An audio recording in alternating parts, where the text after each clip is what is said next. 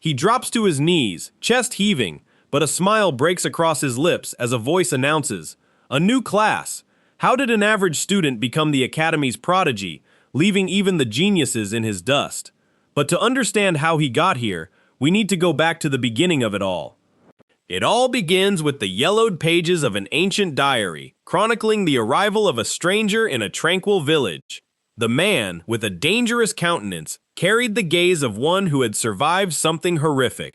Even so, the generous village elder decides to welcome this mysterious traveler without questioning his past. 4 days pass, and the man remains in an almost sepulchral silence, like a ghost among the villagers. At first, no one pays him much mind, but a week later, the reason for his isolation is finally revealed.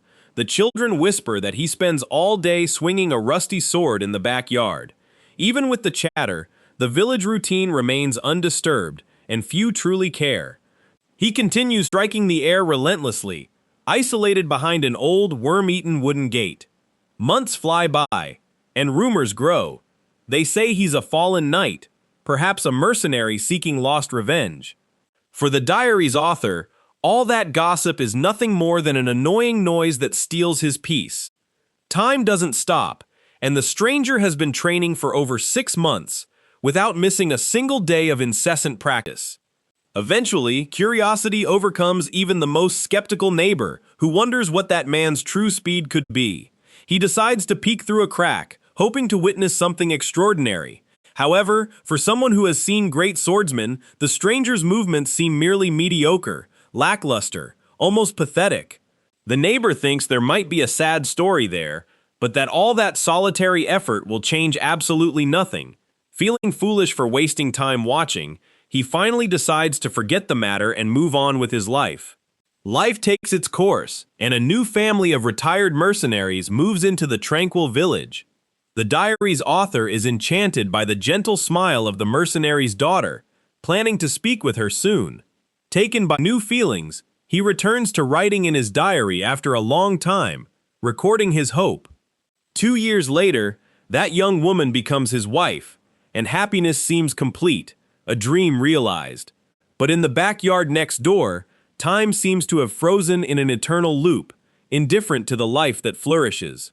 While everyone lives joys and sorrows, the stranger remains there, swinging and swinging and swinging his sword, day after day. He had been in that routine for exactly 5 years, 1 month and 12 days, an eternity of sweat. Sweat drenches his body, but his focus is unshakable. A willpower that defies time. 6 years pass, and the man's determination shows no sign of weariness, only a terrifying resilience. Not even the heavy winter snow can interrupt that obsessive training and relentless pursuit. The diary's author celebrates the birth of his daughter Laura, surrounded by the warm congratulations of his neighbors. And while life flourishes for some, the stranger enters his 7th year of continuous repetition, a constant shadow in the backyard. Time flies so fast that the man realizes he no longer even looks over the wall. The training has become part of the landscape. That insane training had become as natural as the rising of the sun and moon, a constant in the flow of life. "Grandpa!" A child's sharp cry breaks the room's silence, bringing him back to reality. The diary's author is now an elder and wakes to the affection of his grandson, life continuing in cycles. He smiles, asking the little one to stop disturbing the old man's sleep, enjoying the sweetness of old age. A young woman observes the scene tenderly from the doorway, a familiar face that has become strange. "Laura," the elder recognizes his daughter, now a grown woman, the beauty of time etched on her face. "Are you awake yet, father?" She invites her father to the market, but he prefers to stay and rest a little longer, feeling the weight of his age. The village outside is vibrant, full of new life, a contrast to the quietness of the room. The sun shines brightly over the stone roofs, illuminating a new day of possibilities. Deciding to stretch his legs, the old man resolves to take a walk through the streets he knows so well. The fresh morning air brings a feeling of peace, a relief for the soul. He walks slowly, feeling the weight of years on his shoulders, the memory of a distant time. The villagers greet him with respect, calling him the village chief, a figure beloved by all. Everyone offers gifts and smiles, celebrating the elder's presence, a symbol of wisdom. He observes how everything has changed, how people have grown, and the village has transformed over the decades. But upon reaching a specific point, time seems to stop, an image that refuses to fade. That place remains exactly as it was decades ago, untouched by the passage of years. The wooden gate is worn, and vegetation has taken over the walls, a silent testament to time. 37 years have passed since it all began, a lifetime of memories.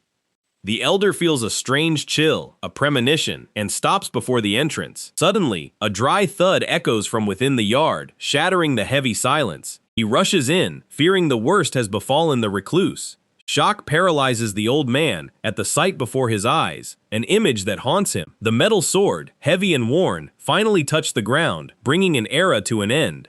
The stranger lies fallen, his body no longer able to bear the weight of age and relentless effort. Even at the end, his eyes still carried a savage fury, and he had not released the weapon's hilt. The elder approaches, closes the man's eyes, and lays him on the ground with dignity, honoring his journey. The ensuing silence is the heaviest he has ever felt, a mute tribute to the warrior. Miles away, in a luxurious mansion room, a young man abruptly opens his eyes, startled. Irene Pereira's face is covered in sweat, his chest rising and falling frantically. He tries to catch his breath as the morning light invades the room, dispelling the shadows of the dream. What kind of dream was that? The Pereira Spiritual District, south of the Hale Kingdom, is famous for its servitude to neighboring kingdoms. But the grandeur of those walls hides gossip that spreads like wildfire, igniting curiosity. Citizens comment on the Baron's family heirs, the future of the lineage. Knights in the streets discuss the prodigal talent that has emerged in the lineage, a new brilliance. Princess Kirill, at just 11 years old, has already received the official title of Enchantress. The soldiers are incredulous at the recognition coming directly from the royal family, an achievement for few. They say finding someone like her is harder than seeing a mage lord in person, such is her rarity. However, not everything is rosy in the Pereira's reputation, for every family has its secrets. A veteran reprimands the recruit for talking too much about the noble lineage, a taboo. The rookie tries to laugh it off, pretending not to know the family's dirty secrets, but the fear is palpable. The discussion continues, but Irene's name emerges as a shadow over Kirill's glory, a striking contrast. Irene Pereira, the eldest son, is the complete opposite of his prodigy sister, an enigma. He carries a nickname no noble would want to bear, a heavy burden. One of the guards swallows hard, sensing an approaching presence, an aura of authority. Emilia and Kirill Pereira appear in the courtyard, exuding an aura of unquestionable authority. Silence falls upon the soldiers as they see the Baron's second wife and the young princess, frozen in respect. Who gave you permission to be so noisy during your shift? The guards bow immediately, begging forgiveness for their inappropriate behavior, fearing punishment. Kirill doesn't accept easy apologies and questions what they were doing moments ago, with a sharp gaze. That's enough, Kirill. Emilia interrupts, with a calm that hides danger and authority. She orders them to stop gossiping and focus solely on their duties, with a voice of steel. Yes, madam, the men respond in unison, trembling with fear of the matriarch. They walk away, leaving behind a trail of absolute tension, the atmosphere still heavy. The soldiers remain motionless until they are sure they are alone, sighing with relief. The sigh of relief is general, but the humiliation still burns on their faces, a wound to their pride. They comment that Kirill is impressive, but Madame Emilia manages to be even more terrifying. The gossip returns to its starting point. The district's future looks bright, but Irene remains the black sheep, completely different from the other two, a mystery. Oh, come on! Irene grumbles inside his room, fighting against his own body, a new energy surging within him. He rises from bed with an energy he's never felt before, an inner fire that propels him. Everything feels strange, as if he no longer belongs to that comfortable, familiar bed. His face shows deep confusion and a growing restlessness, a premonition of change. Normally, this would be the time I'd be sleeping. He knows his routine has always been to spend the entire day in a deep, numbing sleep. But the images of that dream continue to burn in his mind, vivid and insistent.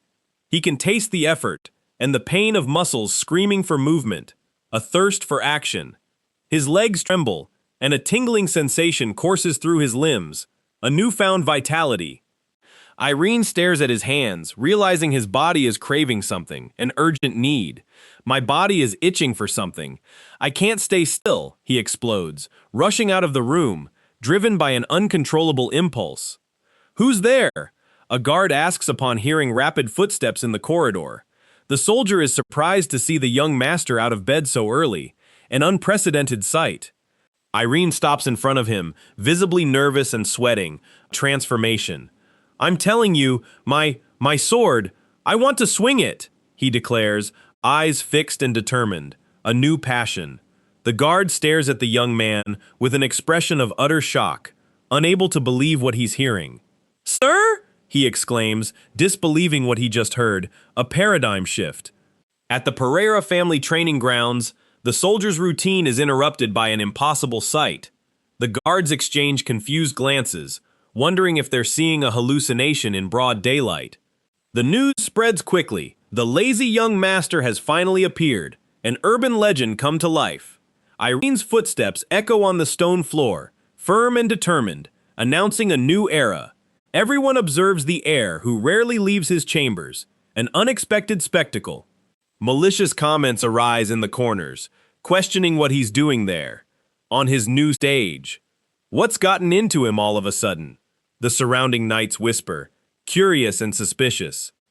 No one believes he truly wants to train swordsmanship for real. His reputation precedes him. They think it's just another fleeting whim of the useless noble, a distraction. The instructor approaches and explains that there are several types of wooden swords, offering options. No, it's fine, Irene interrupts, ignoring the technical explanations, focused on his goal. He walks to the weapon rack and observes the available options, seeking the perfect tool. I'll take this one, he says, picking up a heavy, simple sword, the warrior's choice. A guard pinches his own cheek to make sure he's not dreaming. Such is the incredulity. The instructor tries to intervene, worried about the young master's choice, which seems imprudent. Irene lets out a grunt of effort and begins his first movement, the journey commencing. The surrounding knights watch with a mixture of mockery and curiosity, between laughter and admiration. Wow! The instructor exclaims upon seeing Irene's initial posture, a glimpse of something more. The young man begins to swing the wooden steel, and his breath instantly becomes heavy, his body responding. He stops for a second, trying to catch his breath as sweat drips down. The internal struggle. News of Irene training reaches the ears of other nobles in the mansion, spreading like wildfire. Two young men in elegant attire observe the scene from a distant balcony, with malicious smiles.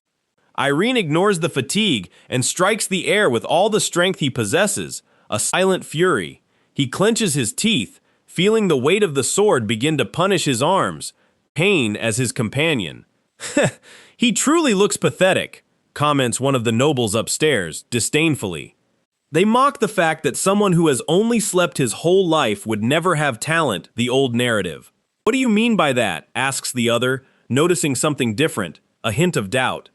They remember that, last month, the son of a neighboring lord publicly humiliated Irene, an open wound.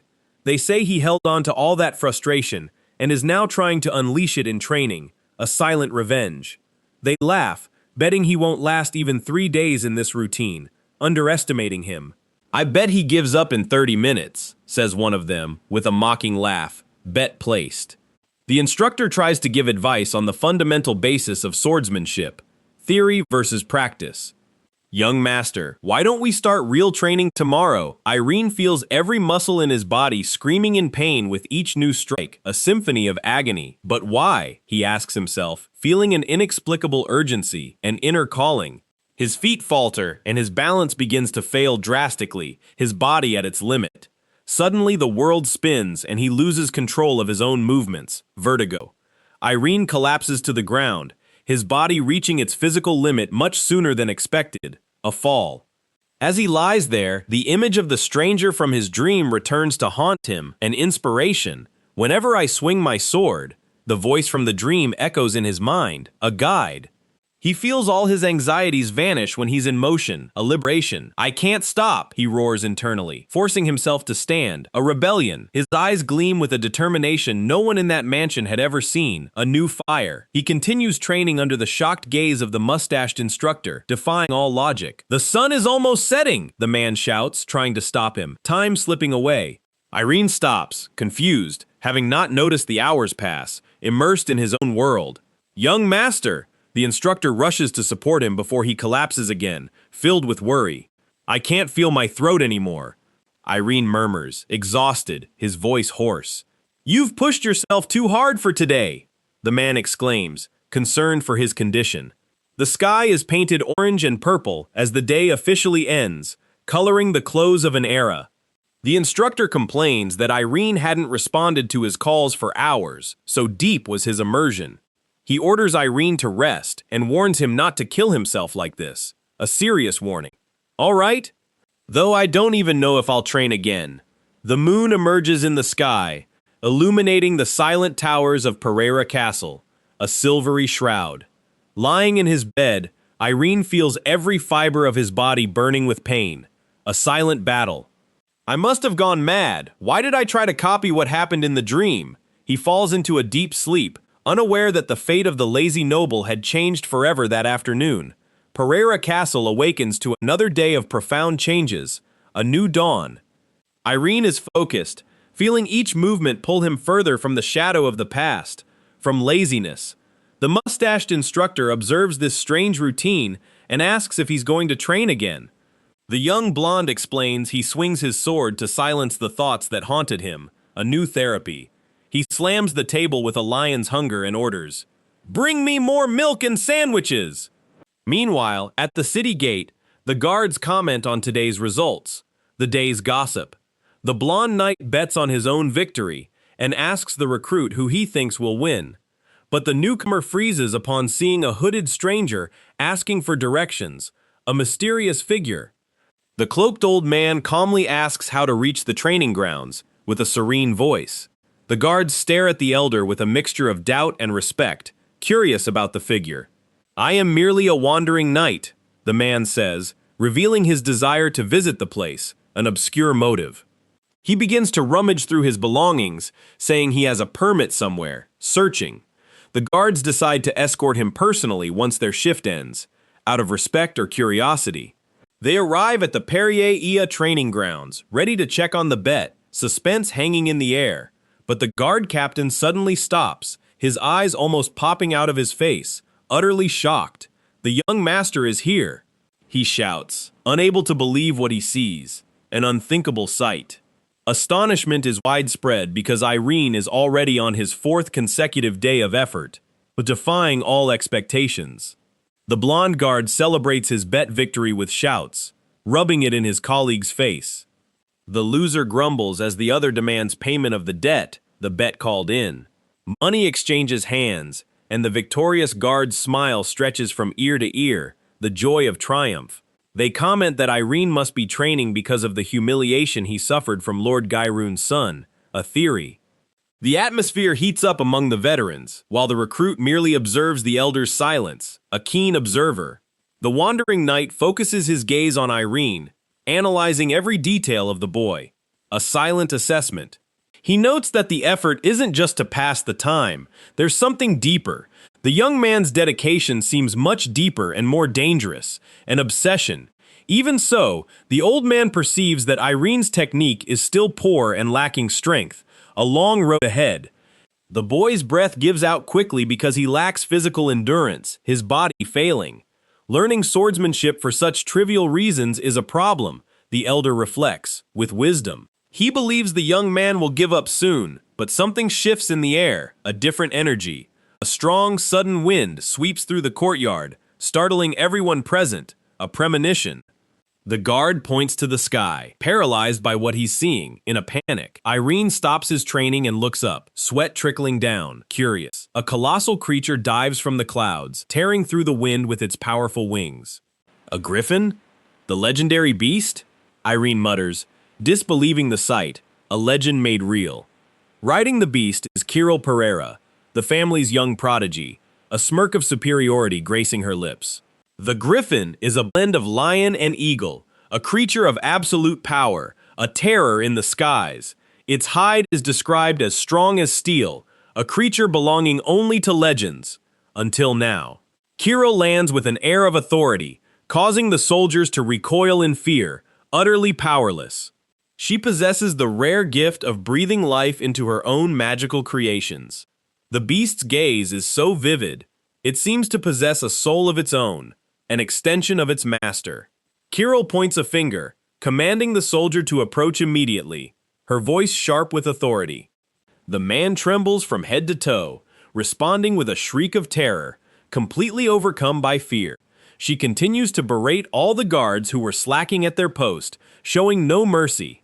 Kirill then notices the elder and questions who he thinks he is, her tone dripping with disdain. The old man tries to explain, but she once again tears into the guards for abandoning their duty. The soldiers try to concoct excuses about shift changes, but Kirill tolerates no interruptions. She scolds them for simply chattering idly on the training grounds, utterly neglecting their tasks.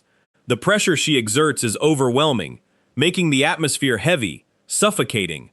Irene approaches and asks what's happening, a rare intervention. Kirill stares at her brother in silence, her gaze laden with frustration, an ancient grudge. She can't hide her irritation at his sudden change, a hint of envy simmering beneath. Stop it, now. Kirill snaps, leaving Irene bewildered by the command. Silence descends as the two stare each other down in the middle of the courtyard, a palpable tension. The tension between the siblings is visible, and Kirill seems poised to explode at any moment. Irene grips the hilt of his wooden sword tightly, his hands trembling, his patience pushed to the limit. "Do you think swordsmanship is that easy?" she asks with disdain, mockery lacing her voice. She screams that nothing will change if he merely swings a stick without any technique. Kirill declares that even the rookie guard is far better than him, utterly humiliating him. The griffin roars behind her, emphasizing the young master's fury, a menacing warning. Someone attempts to intervene, calling her name to avert disaster, sensing the imminent conflict. An elegant woman in a light dress appears on the castle stairs, the matriarch. It's their mother, who observes the scene with absolute calm, the voice of reason. "Kirill, don't bother your brother and come here," she commands softly, yet firmly. Kirill tries to retort, but her mother repeats that she must come right now, leaving no room for discussion. The girl huffs and withdraws, but the atmosphere remains strange, the tension still lingering. The mother thanks the guards for their work and asks them to remain steadfast, a voice of support. She asks Irene not to overexert himself, and he merely agrees, his mind elsewhere. Irene's face shows that his sister's words struck a sensitive chord, a fresh wound. He watches his mother and sister walk away, returning to his solitary world of training. The guards let out a sigh of relief for having survived Kirill's wrath, the sweet taste of reprieve. But their fright returns as the beast lets out one final shriek before departing, a last warning. The elder smiles and comments that Irene Pereira is like a storm that passes, cleansing everything. He notes that despite the chaos, Irene's focus didn't waver for a second, a silent warrior. The old man decides it's worth observing the boy for a few more days, intrigued by his resilience. Night falls upon the castle, bringing a much-needed silence, a protective shroud. The butler announces that the young master has already fallen asleep from exhaustion, his body begging for a truce. Kirill appears in the hallway and states she has urgent business to discuss with him, a thinly veiled excuse. She stops before the door, hesitating before entering her brother's room, indecision clouding her. The butler asks if she's trying to challenge him at that moment, sensing the tension. A magical pressure explodes around Kirill, making the air vibrate with her contained fury.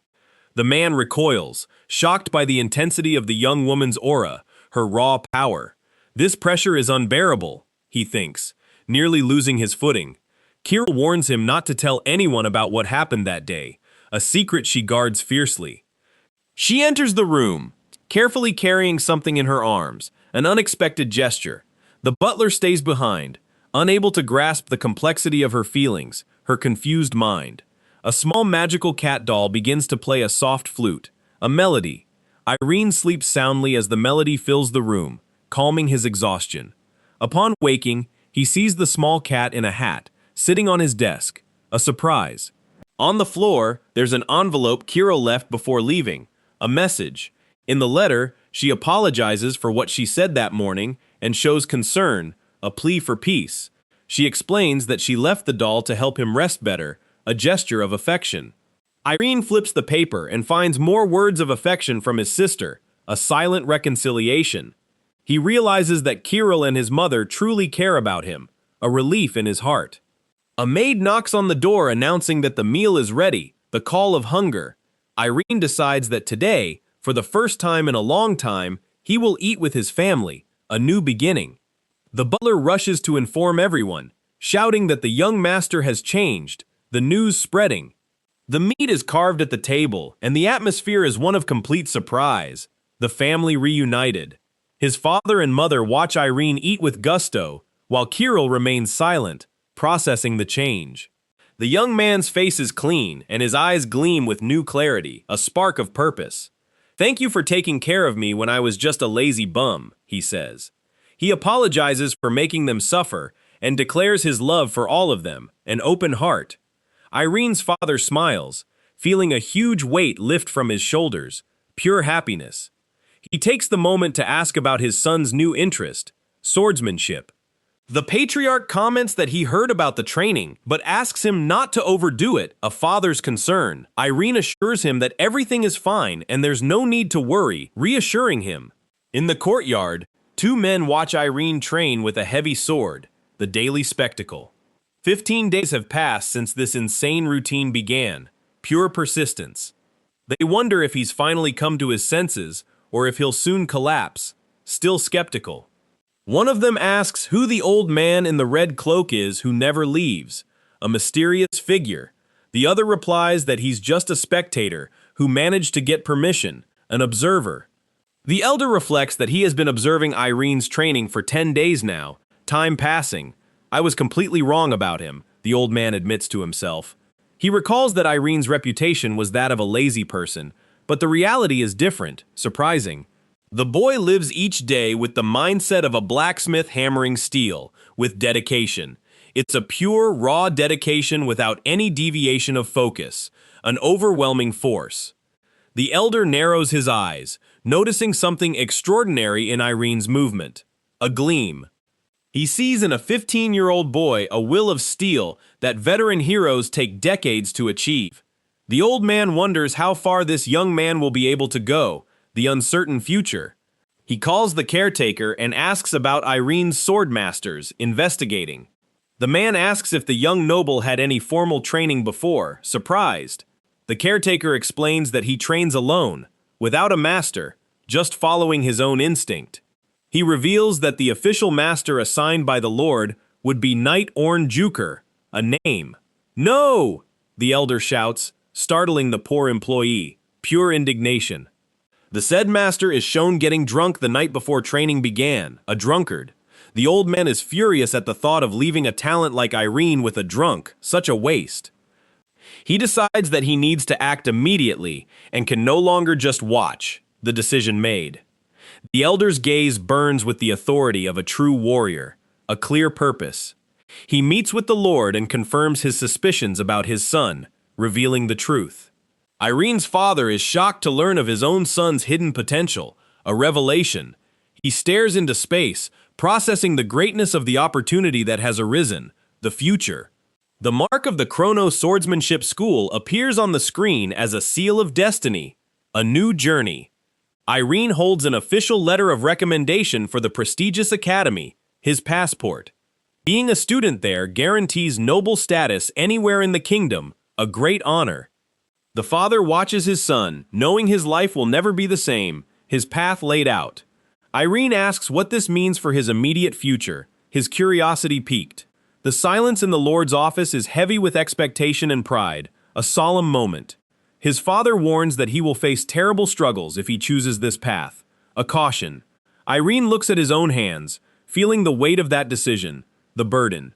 He knows he can no longer return to the swamp of laziness, his liberation. "Father," he calls, with a firm voice the Lord had never heard, a new man. "I will do it," he declares, his eyes burning with determination. The day of departure arrives, and the carriage already awaits the young master in the courtyard. The farewell. Kirill and his mother wave from afar, wishing for his swift return, family love. Irene looks at his home one last time, engraving every detail into his memory, a wistful goodbye. The horse gallops down the road as birds accompany its journey. Freedom. The coachman asks if it's his first time traveling the world alone. Adventure. Irene confirms, feeling the butterflies of someone facing the unknown. Fear.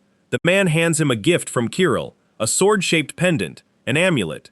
Irene opens his palm and sees the amulet shining under the sunlight. Hope. He presses the object against his chest, feeling his sister's support, her affection. The young man lets out a sigh of admiration as the academy's walls come into view, his destiny. Chrono's gates are imposing and designed to intimidate the weak, a challenge. Hundreds of silhouettes of other talented youths already gather at the entrance. Competition. The coachman offers to take him to the main entrance with honors, a final courtesy.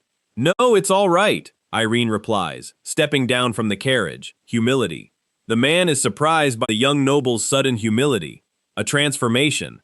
Irene says he is now just an apprentice and needs to learn to stand on his own. Independence. The coachman watches the boy with tears in his eyes, proud of the change. Emotion. "I will return," he promises, walking towards his destiny, a pledge. The man wishes for him to return with excellent results and honor for the family. Support. Irene arrives at the queue and notices the arrogance of other nobles present, the elite. A guard announces the arrival of Bart Lloyd, from a prestigious family. The guards greet him with exaggerated bows due to the Lloyd bloodline. Privilege. The leader of the guards notices Irene's presence and approaches to check on him. Bureaucracy. "I brought a recommendation from Sir Somerville," Irene says, handing over the paper. The guard's tone changes immediately, saying it's an honor to have a Pereira there, recognition. They comment on Somerville's legends and assure him he'll easily pass the test. An easy path. The guard points the way and wishes luck to the new recruit who has just arrived.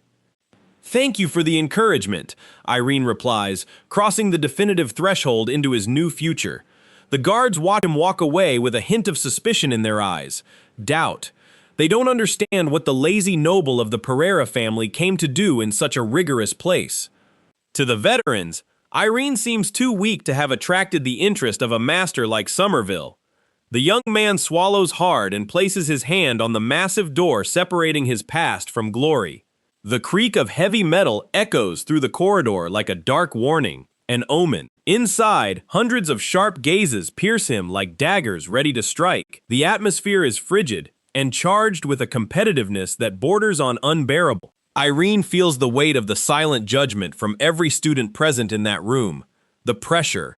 He takes a deep breath and tries to maintain his composure as he walks through the hostile crowd. The absolute silence of the auditorium only intensifies the suffocating pressure in the young man's chest. Suddenly, the sound of heavy footsteps echoes on the stage, silencing any remaining whispers. "I will be the instructor who evaluates each of you from now on," announces the warrior. The instructor's eyes are like blades that do not forgive the slightest sign of weakness. He observes the new faces and notes that, despite everything, there are rare talents among them. The greatest standout is Ilya Lindsay, the young genius said to be superior to her own legendary brother. Her presence is so overwhelming that the other youths barely dare to breathe near her. Bart Lloyd grinds his teeth in envy, hating the idea of being overshadowed by anyone. The instructor warns that everyone there is a mere preliminary trainee and nothing more. The path ahead is hell, and few will manage to keep that title for long. "Leave all your belongings here and head out to the courtyard now," he orders with authority. Irene follows the flow of the other youths towards the academy's open field. The crowd gathers under the strong sun, awaiting the start of the first great test. That is the location of the physical training, where endurance will be pushed to its absolute limit. The course looks simple at first glance, but its distance hides a trap of exhaustion. The instructor stomps his foot hard on the ground, signaling that the games are over. Physical aptitude test. Everyone run now, he shouts, dashing like lightning. The mass of students begins to move like a turbulent river of sweat and effort. This pace is boring. Let's speed up a bit, the man provokes, increasing his stride. The pace abruptly rises, and the instructor demands that everyone match his insane speed. Irene starts to pant heavily, feeling the air burning his lungs like embers. Bart Lloyd runs focused, determined to prove that his noble blood places him above everyone.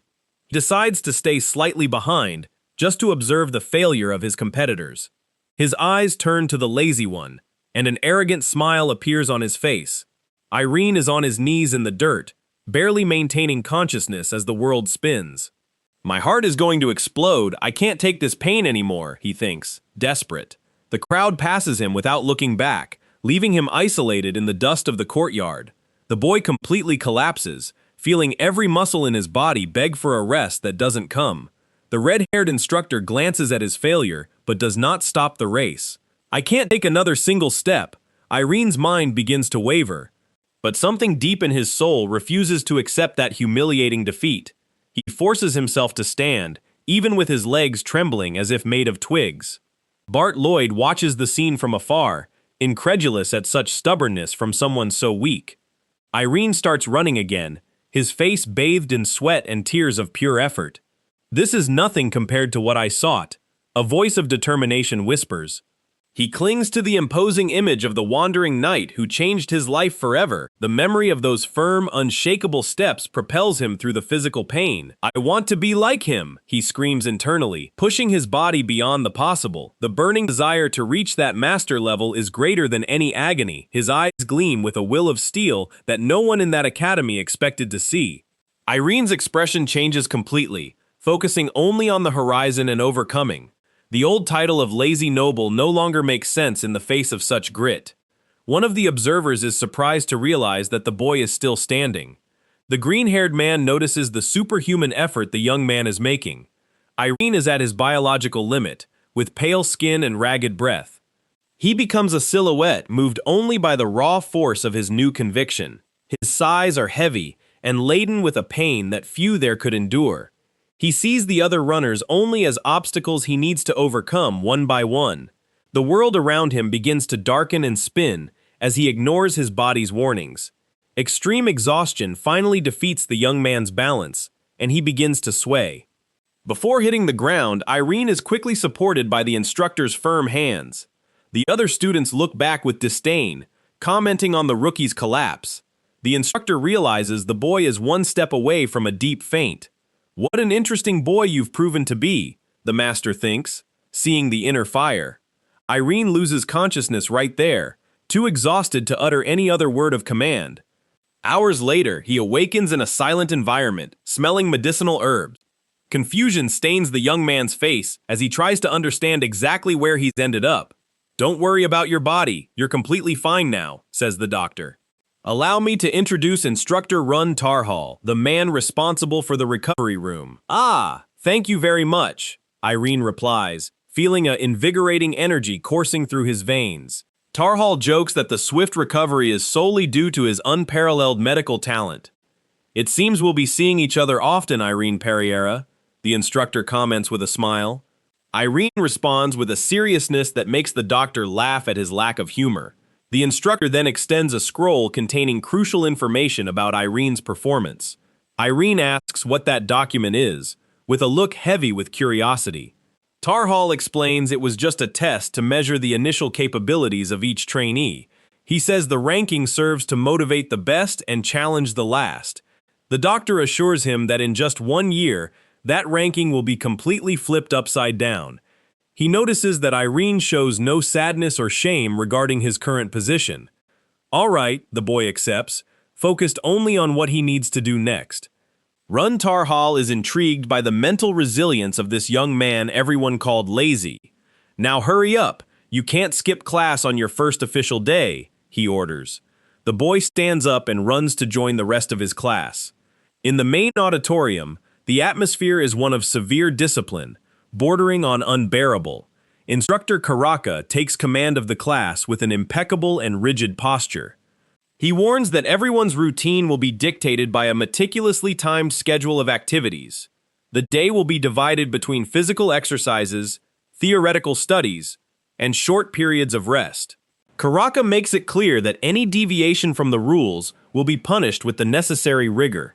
Free time will only exist after the full completion of all daily tasks.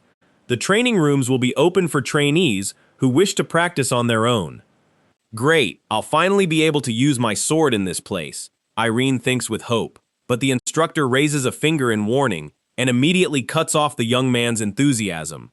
Training with any type of weapon is strictly forbidden, he shouts, shocking everyone. Night falls over the academy, bringing a silence heavy with exhaustion and expectations. The students walk back to their dormitories, exhausted after a long day. Bart Lloyd and his followers complain about the monotony of the theoretical classes they had today. They exchange insults about who has the most limited intelligence to understand the material. The group enters the exercise room and is impressed by the spaciousness of the place. Even late at night, many trainees are already furiously training their muscles. Bart comments disdainfully that all those diligent ones will give up in less than a week. He walks through the gym, feeling like the true master of that environment of sweat and steel. The metallic clang of weights hitting the floor fills every corner of the immense room. A grunt of pure effort catches the attention of everyone present. Ilya Lindsay is there, ignoring everything around her to focus only on her own limit. She lifts weights that would make most adult men crumble under the burden. Each of the girl's movements is executed with mechanical perfection and terrifying strength. Bart Lloyd observes the prodigy and feels a bitter envy rise in his throat. Ilya's physical power makes him feel an inferiority he refuses to admit. She resembles a goddess of war, unattainable for the mere mortals of the academy. Ilya continues her set, as if in a trance of absolute cold discipline. The other youths whisper about how someone so young could be so overwhelmingly strong. Bart notices that the lazy one also decided to show up to train his arms that night. His henchmen laugh, mocking the sudden change in attitude of young Master Pereira. They bet among themselves how long it will take for Irene to faint again. Ilya finishes her set and wipes away sweat, remaining oblivious to the murmuring of the mediocre. Bart decides he's seen enough and resolves to leave before he's contaminated. On his way out, he crosses paths with the red-haired girl with the fierce gaze. He acknowledges her strength is remarkable, especially for someone of commoner origin. "Can you stop staring at me like I'm some strange animal?" she yells. Shock is visible on Bart's face at being confronted so directly. "Do you even know who you're talking to right now?" he asks arrogantly. She tells him to get lost because his presence is disrupting her training concentration. Bart's friends try to intimidate her, shouting about the prestige of the powerful Lloyd family. The red-haired girl merely scoffs, asking if they have no self-respect to be henchmen. "Kneel now and beg for Lord Lloyd's mercy," the furious minion demands. She retorts that his breath is worse than the academy kitchen's garbage. "Shut that filthy mouth for 1 damn minute," she orders with absolute authority. Bart Lloyd is about to explode with rage at the public humiliation he's enduring. He turns to verbally attack, but is interrupted by something far more bizarre. Suddenly, all tension in the room vanishes, replaced by a silence of pure astonishment. Ilya Lindsay calmly walks up to Irene and stops right in front of the blonde boy. "Hey, if it's not too much trouble, could we talk for a bit?" she asks. Irene stops his exercise, visibly surprised by the number one student's approach. The silence that settles is so thick, the sound of a falling needle would thunder. They stand there, the former laughingstock and the greatest promise of the current generation. Every pair of eyes in the room is fixed on that interaction, which seems impossible to happen. Bart Lloyd is paralyzed, trying to process why the elite would speak to the trash. The conversation between the two flows in a low tone, protected from others' curiosity. Irene listens attentively, maintaining a calm that impresses even Ilya herself. He processes the girl's words with a maturity he didn't possess before his journey. Around them, the other students try to disguise their interest by returning to their intense training. Bart quietly complains that he couldn't catch a single word of that exchange of secrets. The red-haired girl takes advantage of the distraction to slip away, leaving the nobles talking to themselves. Irene resumes his exercises with renewed determination after the brief encounter with Ilya. Soon after, the red-haired girl approaches him with a look filled with suspicion and anger. "Oh, I'm sorry. Did I do something to bother you?" Irene asks, genuinely confused. She says she doesn't like beating around the bush and demands to know exactly what was said. The boy is speechless before the sudden intensity of his red-haired classmate. She presses Irene to reveal the details of the private conversation he had with Ilya. "What? You expect me to believe that's all it was?" she doubts. "It's the honest truth. She just gave me some basic pointers," he affirms. Irene swears he had never exchanged a single word with the prodigy before that moment. This girl tells him to stop making that victim face so it doesn't look like oppression. He sighs deeply and returns to focusing on his strength training with the dumbbells. The young man reflects on the valuable tips he received as he prepares for the next movement. His focus is now total, as if the entire gym had disappeared around him. Bart Lloyd tries to approach again, but Irene's barrier of concentration is impenetrable. A month passes, and the brutal exercise routine begins to break the spirit of many. Bart watches with hatred as Irene trains every day under Ilya's watchful eye. "Keep your breathing steady, and don't bend your back like that," she guides him. The noble tries to convince himself that this strange friendship means nothing significant. He knows Ilya Lindsay is a monster of talent he can never reach. However, Irene Pereira's silent and constant evolution begins to secretly haunt him. Bart questions how someone with no talent at all can persist with such strength for so long.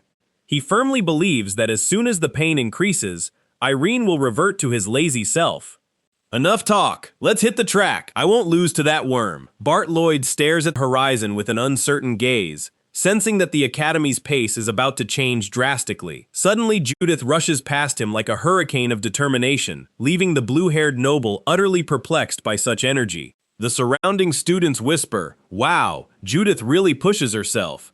She arrives to run long before any of us," one of them says. Another cadet adds with a tone of cruel realism, "Commoners like her need to shed blood if they want to keep breathing the same air as the nobles here." Bart turns and realizes that playtime is over, feeling the crushing weight of competition erase any trace of relaxation.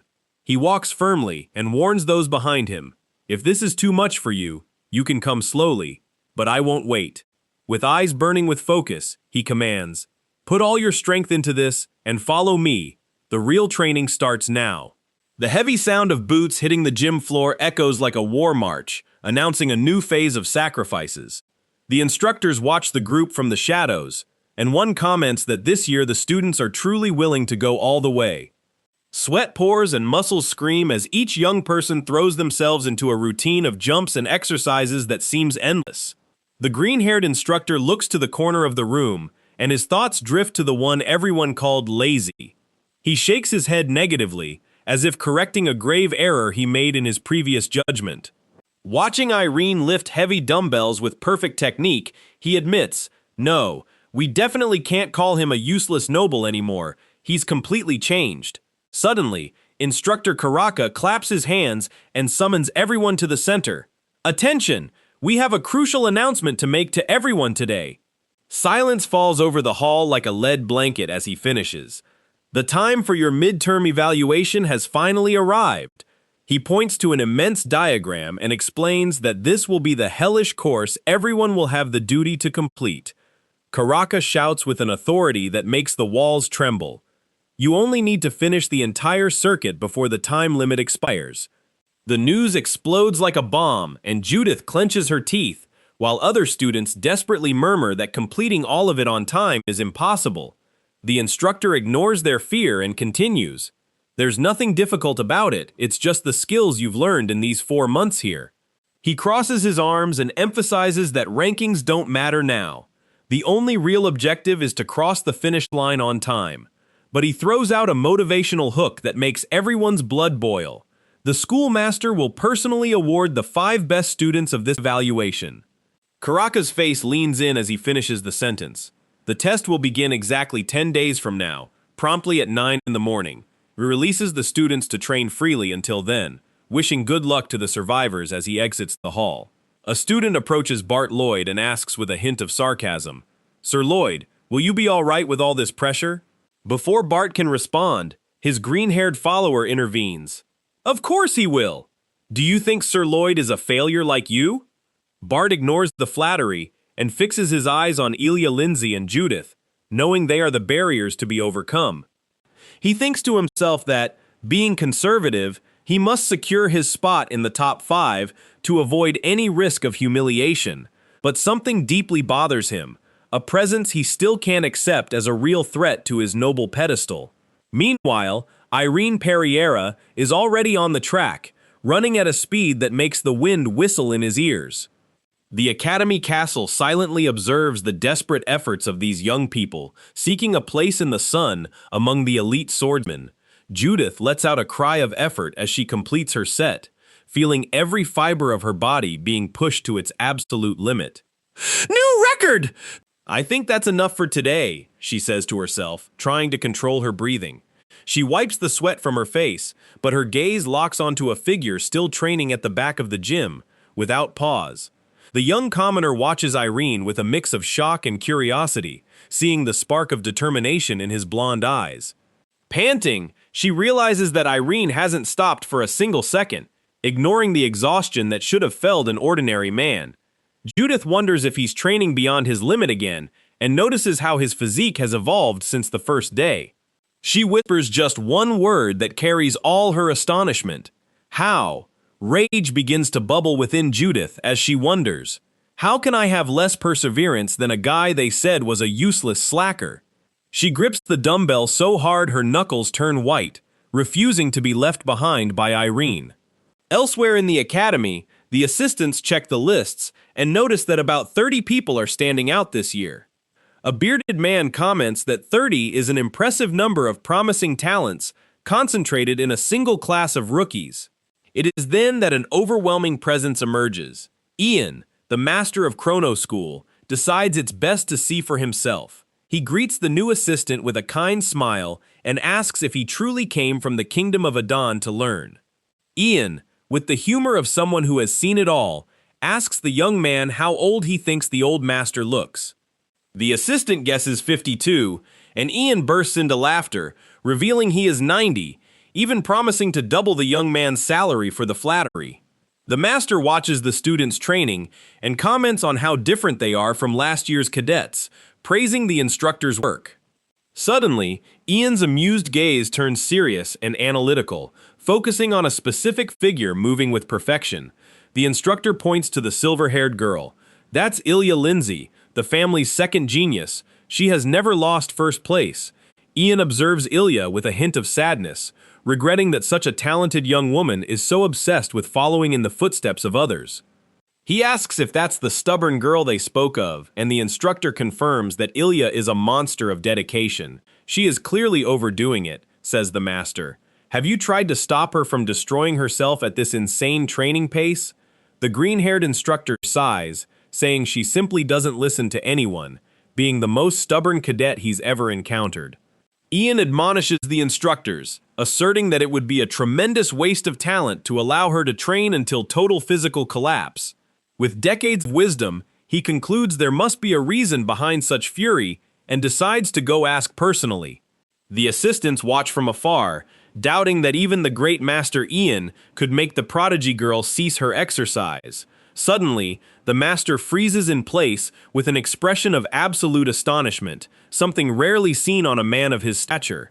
He chuckles softly and comments that Ilya truly is stubborn, as she stated she would only stop if he provided a very good reason. Ian's gaze shifts to the side, finding another source of energy that is distorting the training gym's atmosphere. The assistant checks his watch and panics upon realizing that this other student has been at a frantic pace for almost half an hour. Irene Pereira is in a trance, every movement an explosion of coordinated strength that leaves Master Ian intrigued by such dedication. The director silently observes the young blonde training, sensing something profoundly different in the soul of the once apathetic boy. What? You want us to let him continue at this pace?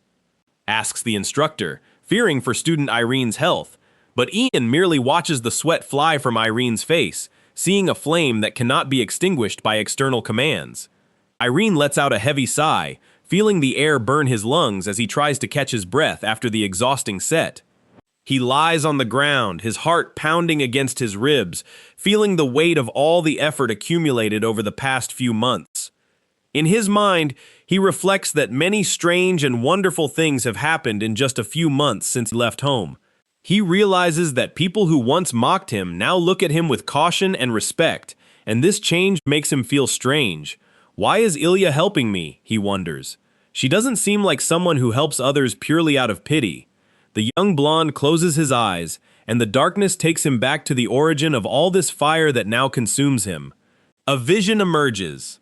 Irene sees himself embraced by an immense, protective figure, enveloped in a red cloak that exudes a familiar warmth. The voice of memory echoes, "I never wanted to leave my bed because my only wish was to keep returning to this safe place." He feels the touch and thinks, "I know these aren't my mother's arms, but still, it's just as warm." Irene loses himself in that metaphorical embrace, seeking strength in the comfort that this image of power and protection always provided him. The scene sharply shifts to the silhouette of a sword, cutting through the air, a flash that tears through the darkness of his past lethargy. He sees himself, small and fragile, before the magnitude of the one he chose to follow as a model of life and strength. Sparks of mana and steel explode in his mind, reliving the exact moment he decided he would never return to the swamp. The figure in red moves with deadly grace, each gesture a lesson on how to carry oneself in a cruel world. Irene observes every detail, engraving into his soul the posture of the knight who transformed his laziness into an obsession for excellence. He reaches out towards the vision, trying to grasp the mastery that still seems miles away from his hands. The light intensifies, and the warmth of the red cloak seems to envelop Irene once more, giving him the final push he so desperately needed. He relives the feeling of being carried, of being protected, but now understands that he must become the one who carries the burden. The connection between the dark past and the bright future solidifies in his chest, transforming his will into pure, tempered steel. "Thank you for everything you've shown me," Irene whispers to the mental image that is about to vanish in the flash. "Now," he declares, opening his eyes and rising with a determination that makes the surrounding air seem to vibrate with tension. The young man prepares himself, every muscle in his body responding to his command with a readiness he never experienced before Chrono. He walks towards the training grounds, the morning sun illuminating the beginning of a day that will define his destiny. Irene adjusts the bandages on his arms, feeling that the pain of past training is merely fuel for the victory that awaits. His steps are firm and heavy on the dry earth, marking the end of the preparation period and the beginning of the trial by fire. The other students see him arrive, and someone asks in shock if he trained all night, seeing the marks of exhaustion on his face. Bart Lloyd watches Irene from afar and scoffs. If it were a combat assessment, he'd lose in an instant. He's nothing but a punching bag. He looks to the side and notices that Judith is also in terrible condition from overexerting herself during the last few days off. Bart displays an arrogant smirk, believing that the exhaustion of his main rivals will be the red carpet to his own glory in the top 5. But as Ilya, Lindsay, and Irene take their positions, Bart's confident atmosphere begins to crack under the pressure they emit. Instructor Karaka shouts to everyone, "It's 8:55. I will explain the rules of this assessment one last time. Listen carefully." He points to the map again, emphasizing that the course has 4 brutal stages: strength, jumps, running, and open water swimming. There will be an instructor at each stage, Karaka warns. Only advance when you've reached the required target score in each. He looks into the eyes of each cadet and orders them not to be distracted by others, focusing solely on their own evolution and growth. The shout of "begin" tears through the sky, and the gym explodes into a frantic movement of young people striving to overcome their physical limits. The sound of metal clanging against metal fills the air as the first stage of weightlifting begins with full force. The girls around gape in awe at Ilya Lindsay's speed, as she lifts the weights as if they were made of light feathers. Bart Lloyd grits his teeth, straining. "I'll never be as fast as her, no matter how hard I train." He tries to console himself, thinking that, Ilya aside, he's the best, but then he glances to the side and freezes in horror. What? How on earth is this possible? Bart wonders, seeing a shadow move with a speed that defies logic. Bart's eyes widen as he realizes that Irene Pereira's pace is matching, or perhaps even surpassing, his own performance. Irene is in a mechanical rhythm, ignoring the pain in his arms and the sweat blinding his eyes, focused only on the next lift. The instructor observes Irene's bandaged legs and is impressed by the stability and power the young man is demonstrating under pressure. Each repetition is a silent scream of overcoming, and the crowd begins to realize that the lazy one has become a true monster of strength. With a roar of effort, Irene completes his final set, making the ground tremble as he finally drops the heavy metal bar. Bart collapses in mental fury. What's wrong with this guy? Does he really want to die of exhaustion in the middle of the test?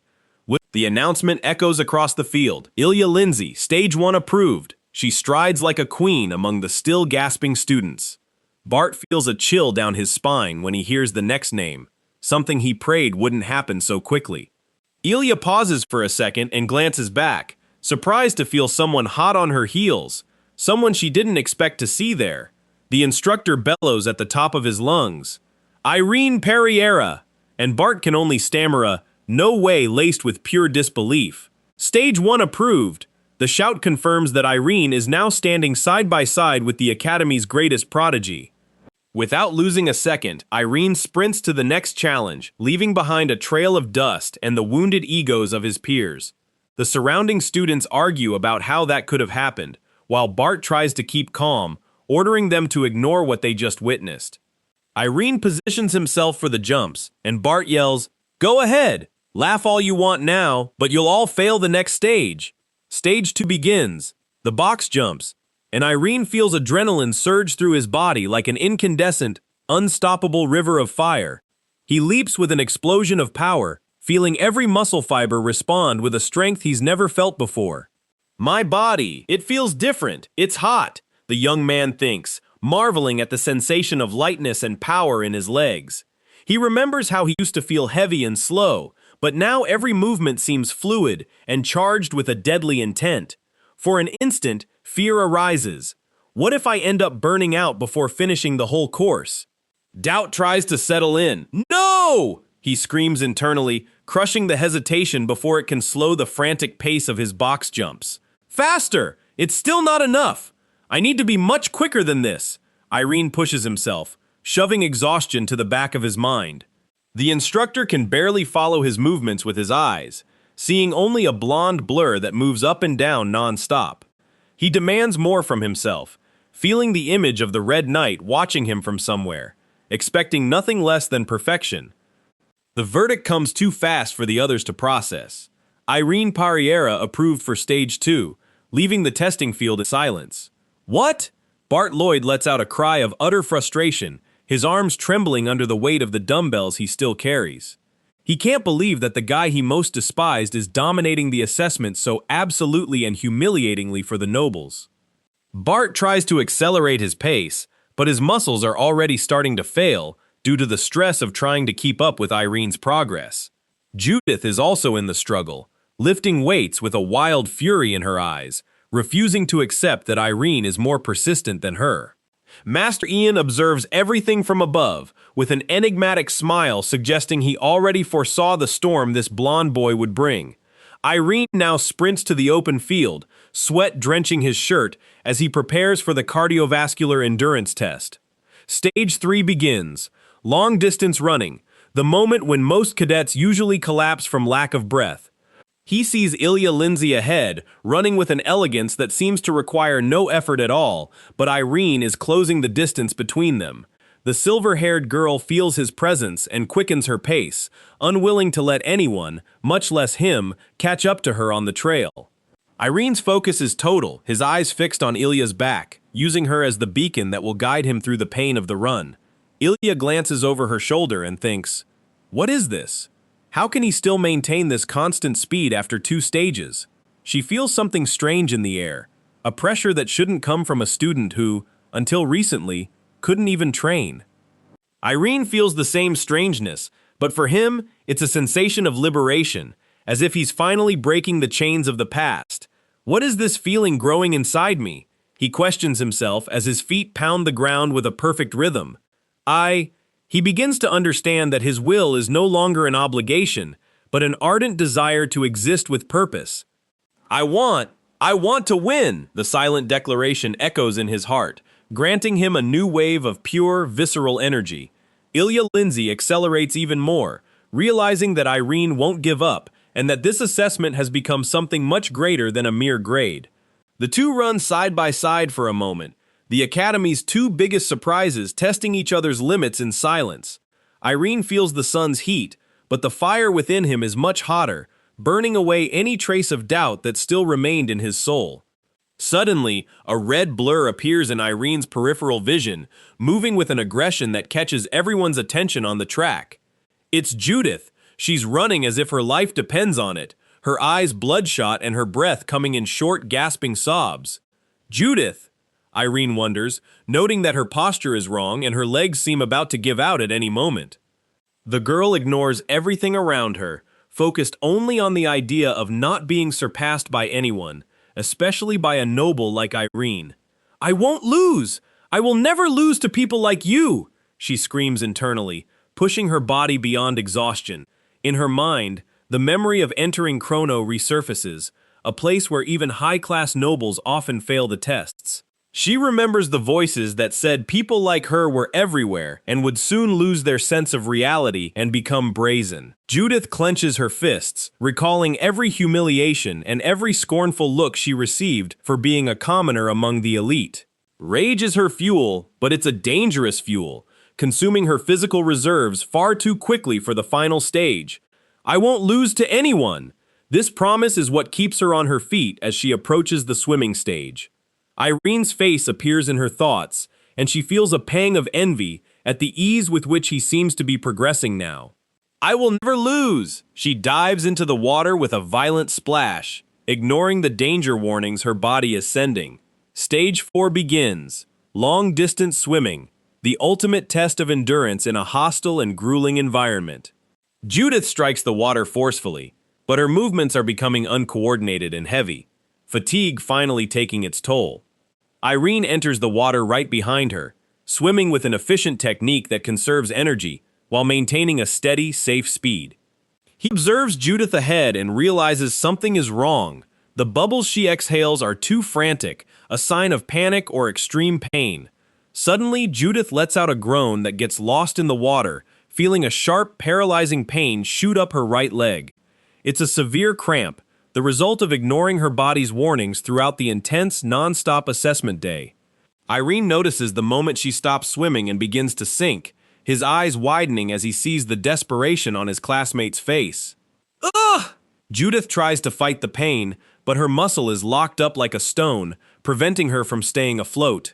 She sinks into the darkness of the lake, screaming in her mind, "Why did this have to happen now? Just when I was so close." But will Irene stop his own test to save her, or will ambition speak louder? Panic seizes Judith's eyes as the icy water begins to flood her lungs. She tries to fight, but her body no longer responds to her desperate commands. Ilya Lindsay watches from afar, maintaining his impeccable rhythm as his classmate disappears beneath the surface. In Judith's mind, regret emerges like a heavy weight. I know, I pushed myself too hard. But defiance still burns within her, questioning if all this effort was useless against the geniuses. Just a little more, she pleads mentally, but consciousness slowly begins to fade. Air bubbles escape, and the silence of the lake bed becomes absolute. The light from the surface seems increasingly distant as she sinks into the darkness. Suddenly, a figure slices through the water with a determination no one expected at that moment. Irene dives deep, ignoring his own test and the stopwatch that keeps ticking. Judith feels strong hands gripping her body, and, for an instant, the shock jolts her awake. He pulls her up with all the strength left in his tired arms. Pwah! The sound of air returning to her lungs echoes through the silent gym. Irene is breathless, his face strained from the physical effort of swimming while carrying another person's weight. Judith coughs, trying to expel the water as she clings to the blonde boy's shoulders. What are you doing? She asks between sobs, incredulous at the choice he made. "This is so annoying," she whispers, "but the safety of his arms is the only thing that matters now." Irene carries her to the shore, under the watchful and surprised gaze of all the other instructors. One of the green-haired instructors rushes towards them, concerned about the girl's condition. "Leave her with me from now on and quickly go finish your test," he orders with urgency. "Right," Irene replies, immediately turning back to the course without a backward glance. The other cadets watch the scene with dropped jaws, seeing Irene run as if nothing had happened. Judith is left on the grass, trembling from the cold and from shame at being saved by the guy she despised. She grumbles, feeling the cramp's pain still throbbing in her right leg. Her eyes follow the blonde figure disappearing down the path, and a strange feeling begins to grow in her chest. Irene didn't stop to rest. He keeps running, even knowing his chances for a good placement are over. "That idiot!" Judith screams mentally, tears of frustration finally streaming down her sweaty face. She curls up on the ground, feeling the weight of failure crush her pride as a struggling commoner. Other students who failed sit around, crying and lamenting the fact that they couldn't keep up the pace. Instructor Karaka approaches one of the fallen youths and places a hand on his shoulder. "It's too early to get discouraged, recruit. You still have the second round of evaluation." The encouragement works, and the youth stand up, determined not to give up on the next opportunity. Karaka chats with another instructor as they observe the survivors of the first phase. As expected, we have many more successful candidates this year than last year. There's something different about this group. And the most striking thing about this midterm evaluation is Irene Pereira. His name is now the center of all technical discussions. Some grumpy nobles in the corner still try to diminish his feat, calling him a hopeless fool. "He was just trying to act nice in front of everyone," one of them mocks. Others celebrate their own positions, like Lance, who managed to rank 5th overall. "Congratulations, man. You'll even receive a reward from the Swordmaster." "I'm so jealous." Bart Lloyd approaches to congratulate his colleague, but his eyes are fixed elsewhere. "Congratulations, Lance." "Thank you, Lord Lloyd." The conversation is short and without much real emotion. Bart admits his achievement was his own merit, but Irene's shadow continues to bother his mind. "You got second place, Bart. I knew you could do it." A friend tries to cheer him up, but he just nods dryly. He stares at Irene from a distance and realizes that the level that boy showed is not something easy to achieve. If Judith hadn't exhausted herself like that, things would be very different now. Later, in an open field, Irene tries to catch his breath as the sun begins to set. He leans on his knees, his body trembling after pushing his physique to the absolute limit. Someone's shadow approaches him, cutting the late afternoon light with a heavy presence. It's Ilya Lindsay, the silver-haired prodigy, staring at him with her usual icy, direct gaze. "What?" Irene asks, not understanding why she followed him to that isolated place.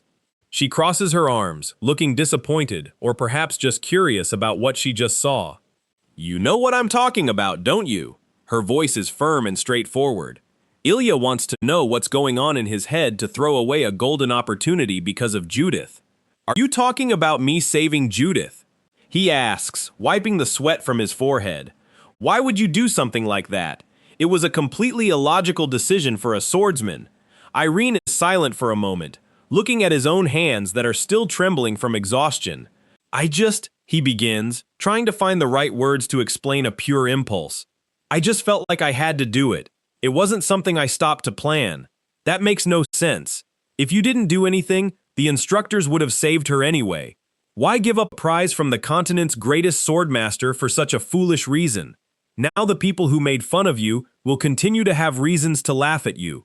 Irene looks up, and this time there is no hesitation or doubt in his blue eyes. He takes a deep breath, remembering what his life was like before he decided to wield a real sword. "Are you asking me if I know they call me a useless and lazy noble? For a long time, I felt like I was trapped in a deep, dark swamp. And the worst part is that I didn't even try to get out of there. I just accepted sinking." He visualizes the image of hands reaching out to pull him from that mud that consumed his soul. "I was only pulled from that swamp thanks to the love and effort of my family." He sees the faces of those who didn't give up on him when he himself had given up on everything. I only managed to get up because of the help of several important people on my path, and that's the only reason. I couldn't let another person sink when I could help. Ilya falls silent, processing the disarming honesty emanating from Irene's every word. You said you had never held a sword until last year, didn't you? She changes the subject. Yeah? Physical training and swordsmanship are very different things, but technical skill is what counts in the end. You probably lost the chance to be personally trained by the master because of that. You'll end up being a joke again, even after you've improved so much physically. Ilya, he interrupts her, wanting to ask a question that has bothered him for weeks. Why did you help me in the beginning? Why did you bother to observe me? The silver-haired girl hesitates, looking away to the horizon for a brief second. The wind blows through her hair, creating a moment of calm amidst so much competitive tension. I'm not sure of the real reason. Maybe I just saw something in you. I just don't like people who badmouth others without knowing their efforts. Irene smiles faintly, realizing that behind that icy facade, Ilya possesses her own code of honor. She turns and begins to walk away, leaving Irene alone with his thoughts and his exhaustion. The next day, Director Ian steps onto the stage to announce the official assessment results. Of the 113 candidates who passed, the top performers will receive special rewards and private meetings. The top 5, including Ilya and Bart, step forward with visible pride, but Karaka interrupts the director with a smile, pointing to someone in the middle of the crowd. Irene looks up, surprised to hear his name called in front of the entire academy. Ilya and Bart exchange a look of surprise as murmurs begin to grow among the students. Many here have achieved incredible technical feats and surpassed old records. But Cadet Irene Pereira did something different. He sacrificed himself when he could have won. You can think what you want, but I and all the instructors agree on one thing. His act was worthy of praise. It was the conduct of a true knight. Because of this, Irene is invited to the podium, receiving applause he never imagined he would earn. Judith watches from the audience, clapping discreetly, a bandage on her face, and a look of gratitude. Bart Lloyd watches it all, feeling a pang of remorse for having been so narrow-minded until now. I was arrogant in only following my own methods. From now on, I will learn from everyone. He bows respectfully and withdraws, showing that Irene's example has changed something within him. The atmosphere in the academy begins to shift. Respect for Irene is no longer born of fear, but of admiration. Ian watches Bart leave and comments that he still has the pride of a noble, but he is not a lost cause. In the director's office, Ilya Lindsay is the first to receive her reward for her impeccable ranking. As a reward, I dare to ask for only your personal guidance, Master. Ian tries to convince her to return to her family and learn the techniques of her noble lineage. I want you to guide me here at the academy, she insists, stamping her foot stubbornly. Ian sighs, realizing she won't change her mind anytime soon about wanting to train under his wing. Since this office is quite large, you wouldn't mind training right here, would you? Thank you, Master. I promise not to waste your time, she replies with a slight bow. Finally, the last person to be received today. Ian calls the next name on the list. Irene. Is there any reward you would like to receive? Feel free to speak your mind. Irene sits in the armchair, feeling the weight of the 90-year-old legendary swordsman's gaze upon him. Ian stares at him with intensity, as if trying to read every secret hidden within the boy's soul. Irene begins to speak, but his voice falters for an instant due to nervousness. How do I reconcile with someone I hurt in the past? I know it's a ridiculous request for a swordmaster. I apologize. I didn't know who else to ask. No need to apologize. In fact, thank you for being so honest with me, young man. Irene explains that he's worried about his sister and how confused she must be by his sudden change. All right. But first, tell me exactly everything that has happened in your life so far. The conversation lasts for hours, and Irene leaves the room feeling as if an enormous weight has been lifted from his shoulders. Ian is left alone and smiles, wondering how Ilya Lindsay ended up befriending such an odd boy. All right, let's stop talking about Ilya and focus on the main topic of this meeting. My conscience won't allow me to reward you with just a few words of advice. I will give you a specific lesson on the sword. My advice in this area is worth gold, so take advantage of it. I apologize, Master. I don't even know exactly what to ask about swordsmanship. I only started wielding a sword on my own a month before entering chrono school. It's a bit embarrassing, but I don't even know what I want or what I'm lacking right now. Irene. Ian interrupts him, seeing the boy stumble over his words once again. I understand it's a huge opportunity to have you teaching me something, but that's the only answer I can give. Irene lowers his head, feeling as though he's squandering the greatest chance of his life as a beginner swordsman. Suddenly, Ian lets out a booming laugh that echoes throughout Chrono's library. Why do you apologize so much? A swordsman needs to learn to stand firm in his choices. This is how you truly become strong, with conviction in who you are. Isn't that right? Yes, sir, Irene replies, feeling the master's energy ignite his spirit. You may come here later, when you feel you aren't good enough, or I myself will decide when to teach you. Does that sound good to you? Yes! Thank you very much, Master. Irene thanks him, a new light in his eyes. Ian watches him leave, whispering to himself about how truly special that child is. He notes that, even without technique, Irene doesn't appear anxious or nervous like the other prodigy cadets. There's an aura of calm around him, something Ian has only seen in legendary warriors of the past.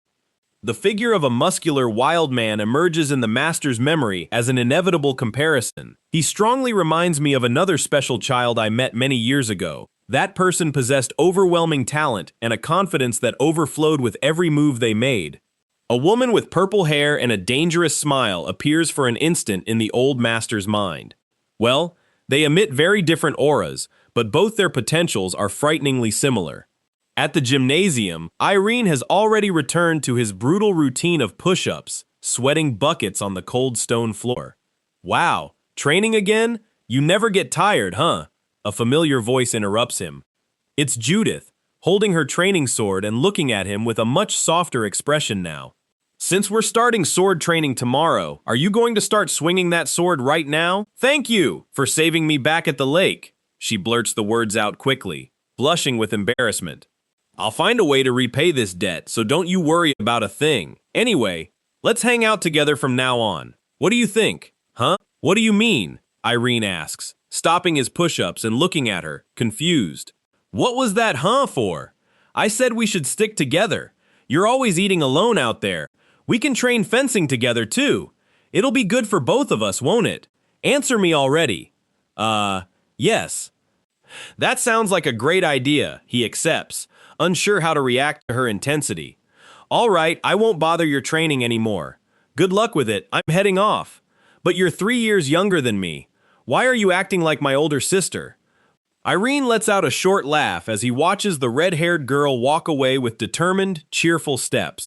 Still, it's not a bad feeling to have someone around to share the effort with. They start talking about strange songs, and Judith begins singing a bizarre tune about frying people. Other students observe the scene from afar, unable to believe that the two are now practically an inseparable duo. Did she go crazy after almost drowning in that icy lake? One of them comments, laughing.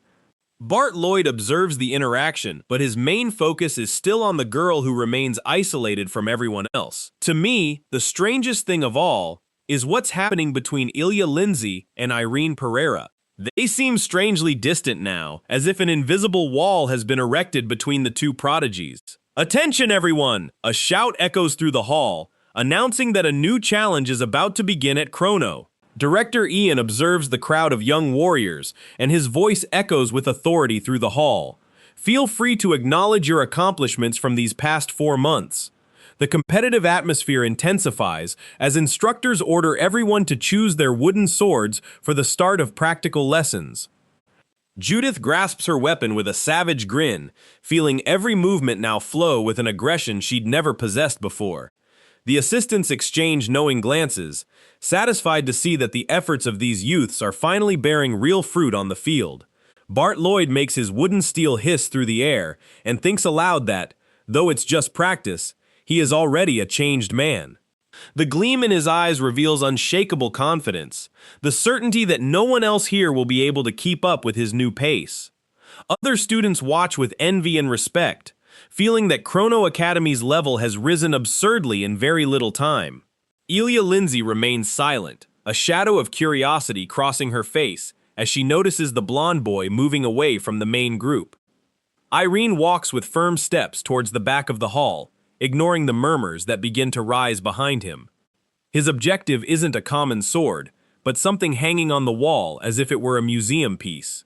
He extends his hands, calloused from the absurd training he imposed on himself, and grasps the hilt of a gigantic wooden sword. The weight of that weapon would make any other cadet collapse, but Irene holds it with a calm that borders on terrifying. Ian watches the scene from afar with an enigmatic smile, knowing that boy is about to show something no one expects. With a dry movement, Irene removes the colossal sword from its stand, and the sound of wood scraping against the wall echoes through the hall. The entire room plunges into a deadly silence as everyone watches what appears to be a complete madness from a beginner. Irene positions himself, takes a deep breath, and delivers a single downward strike that cuts through the air with the force of a gale. The visual impact of the blow is so great that the surrounding students recoil, feeling the pressure of the wind hitting their faces. A black-haired girl whispers to her classmates, visibly confused, "What was that?" "He can't be that good, can he?" The instructors evaluate his technique and comment that, although his style is crude, the power is almost worthy of a professional. Ilya Lindsay tightens her grip on her own sword, her gaze fixed on that movement that seemed to carry the weight of 1,000 years. "I thought he had never trained in swordsmanship before," a student comments, unable to hide her shock at the demonstration. A noble nearby scoffs in disdain, saying that Irene is just a beginner trying to act like a genius. Suddenly, heavy footsteps echo through the hall and a firm voice catches everyone's attention. "Mr. Lloyd?" Brett Lloyd approaches with a sharp gaze and points his sword directly at Irene's chest. "Irene Pereira!" The challenge is thrown before the entire school, and Brett's words are like thunder. "I challenge you to a duel!" Irene stares at his rival without hesitation, the giant sword still resting on his shoulder, creating an absurd contrast between the two. Judith and the other cadets are dumbfounded, as a duel between a prodigy and the lazy master was unthinkable. The hall divides between those who want to see blood and the instructors who fear someone will be seriously injured. Irene doesn't respond with words, but the change in his posture tells Brett everything he needs to know to prepare. Sweat streams down the protagonist's face, but there is no fear, only the latent will to test everything he has learned. Ian nods, allowing the combat to take place under his personal and direct supervision. The ensuing silence is dense, charged with an electricity that makes the hairs on everyone's arms stand on end. Irene finally breaks the silence with a short, sharp confirmation that echoes through the stone walls. "All right." They move apart to create the necessary space for the fight, and the circle of spectators closes around them. An instructor tries to intervene, yelling, "What do you two think you're doing? This is against the rules." He warns that duels should only begin after formal swordsmanship lessons, trying to maintain order in the academy. Another professor questions why Brett, one of the best, would bother fighting someone like Irene. Ian chuckles softly and comments that, although order is important, sometimes an exception must be made for talent. "Swordmaster!" the instructor exclaims, realizing that the director's decision is absolute and no one should interfere. The old knight walks to the center of the courtyard and places himself between the two young men, serving as the supreme judge. "If any of you feel you are in danger, speak up beforehand so we can intervene. Understood?" Both respond with a unison roar of determination, their swords already ready for the clash that will define their future. Ian lowers his hand and gives the command that makes time stop for an instant. Then, begin. Brett explodes from his spot with a speed that most students' eyes can barely follow on the ground. He lunges like a blue lightning bolt, the tip of his wooden sword seeking any opening in Irene's heavy defense. The sound of wood cutting through the air is continuous, a sequence of precise attacks that force the protagonist to retreat. Irene grinds his teeth as he feels the first impact, Brett's strength being much more technical than he imagined. The young blonde lets out a grunt of effort as he tries to swing his colossal sword to block the barrage of rapid blows. Brett gives no quarter, moving around Irene like a predator who knows exactly where to bite his defenseless prey. A loud crack of wood against wood reverberates through the courtyard as Irene finally manages to intercept one of Brett's attacks. The noble smiles, his eyes shining with the adrenaline of finding someone who, despite the lack of technique, possesses absurd strength. Irene is panting, sweat blinding his eyes, but he refuses to take a single step back willingly. Brett executes a perfect spin and attacks from below, a low movement designed to destabilize the opponent's precarious balance.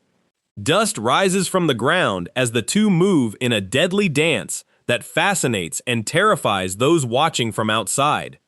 Each of Brett's attacks is a lesson in classical swordsmanship, executed with a perfection that borders on cruelty against a novice. "Damn it," Irene whispers, feeling his muscles scream under the constant tension of holding that weapon too heavy for him. He attempts a desperate counterattack, a lateral swing that carries the full weight of his body and his will. Brett ducks with irritating elegance, letting Irene's sword pass inches above his head, cutting only the wind. The crowd watches in shock, realizing that the difference in experience between the two is an abyss difficult to cross. Brett attacks again with full force, his blows now aiming to disarm Irene once and for all to end the duel. The impact is constant, and Irene's sword seems to weigh more and more with each passing second the combat prolongs. "What is this? I thought it would be over in an instant, but he's holding up well," a student comments, impressed by his resilience. Judith watches everything with clenched fists, her heart pounding for her friend who refuses to accept the obvious defeat. She notices that, despite being massacred, Irene's gaze never falters for a single millisecond. Brett Lloyd realizes that his opponent's reaction speed is good, but his balance is a complete disaster in the fight. He plans the final blow, setting his feet for a decisive advance that will give the blonde no chance to defend. Brett's sword gleams under the hall's light as he lunges straight forward, a direct and devastating attack. He can't maintain his balance when he uses that giant sword, thinks Brett, seeing the opening he so eagerly awaited. Irene feels the moment of truth has arrived and grips the sword hilt so tightly his knuckles turn white. Brett wonders about the true extent of that raw strength and if it could change the tide of the fight. Irene's face is covered in dirt and sweat, transforming him into an image of pure focus and animalistic perseverance. With a scream that seems to come from the depths of his soul, he raises his sword for one last desperate block. The clash between the two wooden weapons creates a shockwave that makes the cadets in the front row blink. Brett's eyes widen as he feels that, for an instant, Irene's strength almost ripped the sword from his hands. "Ha!" Irene roars, using every fiber of his muscles to violently push the noble prodigy back. Brett is in complete shock, unable to believe that a beginner with no technique could exert such physical pressure on him in the duel. He recovers his stance at the last second, using his superior technique to deflect the trajectory of that overwhelming brute force. With a swift flick of his wrist, Brett strikes the hilt of Irene's sword, aiming for the boy's weak grip.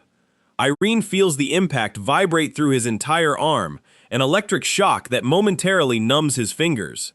The giant sword begins to slip, spinning in the air as Irene's balance completely shatters before everyone's eyes. The sound of wood hitting the stone floor echoes like a sentence, marking the abrupt end of that intense combat. "Ah!"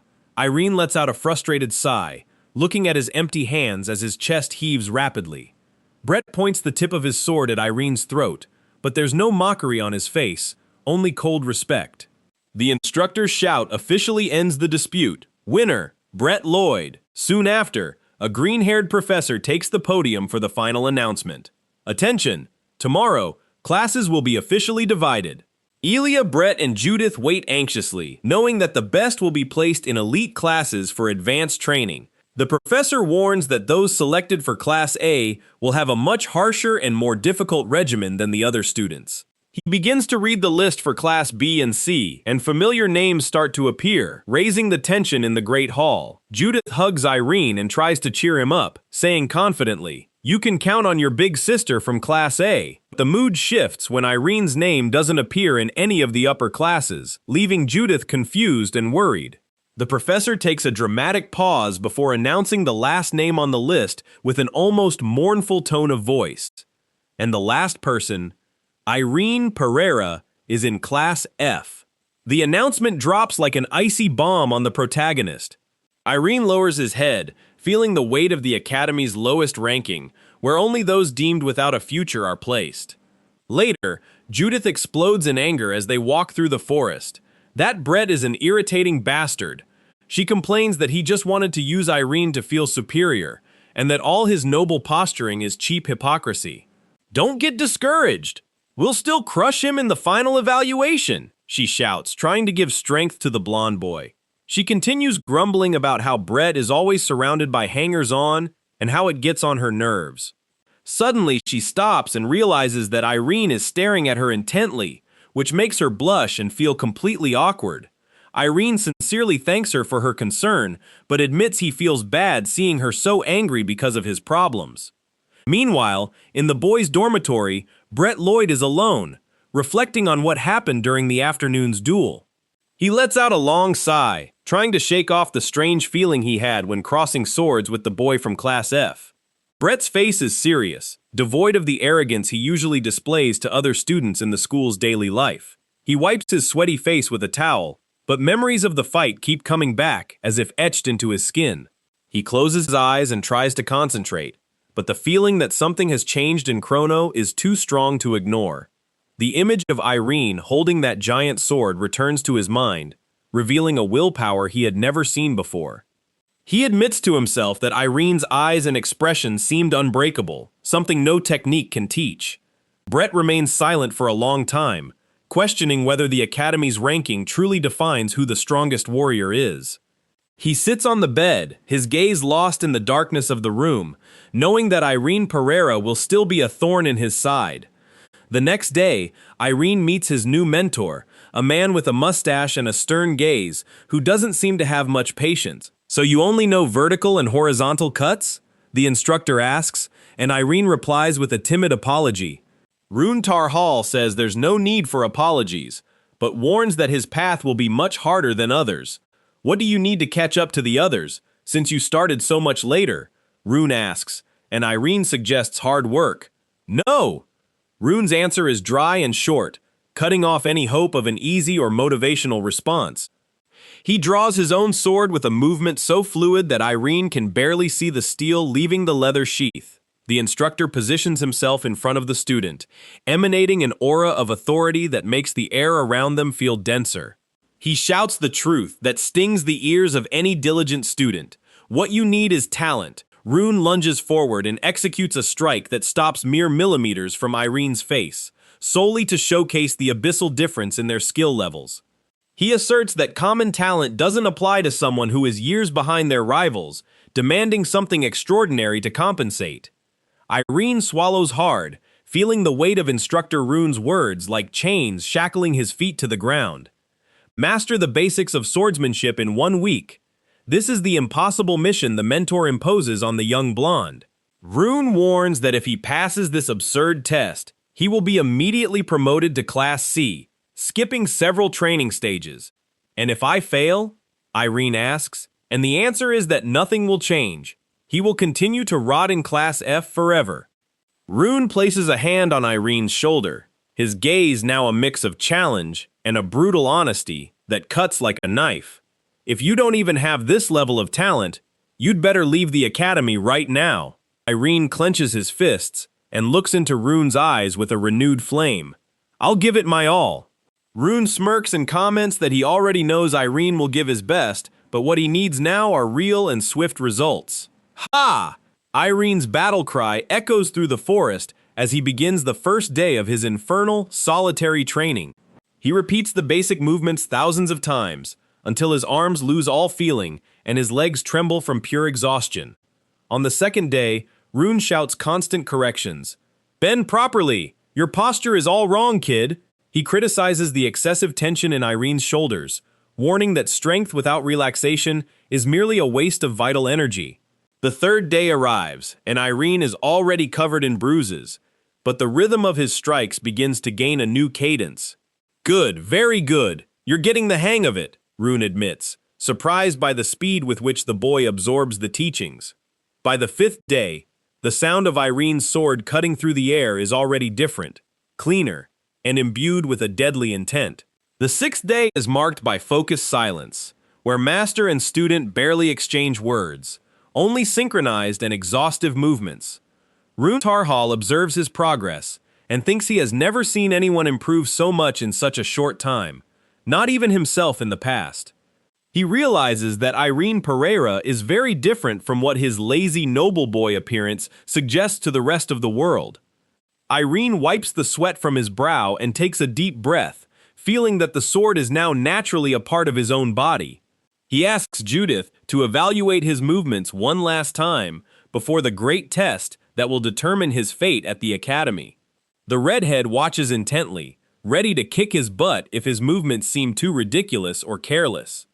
Irene executes the basic sequence with a technical perfection that makes Judith's jaw drop for a brief instant of shock. The cut is clean, swift, and powerful, showing that week of hell transformed the beginner into a true swordsman. Judith smiles, proud of her friend's progress, knowing that he is more than ready to face whatever comes next. So, how was it?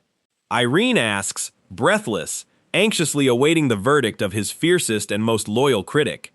She simply gives a thumbs up, the greatest praise Irene could receive from that explosive and sincere girl. Some time later, an assistant enters the recovery room and greets instructor Rune with evident enthusiasm on his face. He asks if Rune is back to recruit new students or just to check the promotion results for this period. Rune smiles mysteriously, his eyes gleaming behind his lenses as he holds an official report from the Chrono Directorate. That's right.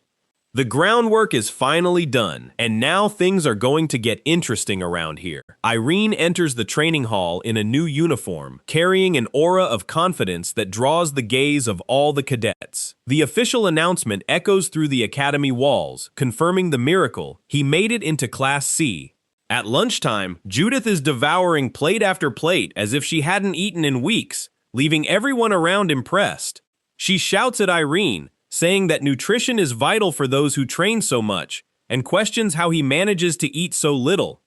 Some students nearby mock her, calling Judith a hippopotamus and laughing at the absurd amount of food she manages to ingest. "Hey, you're in love with me, aren't you?"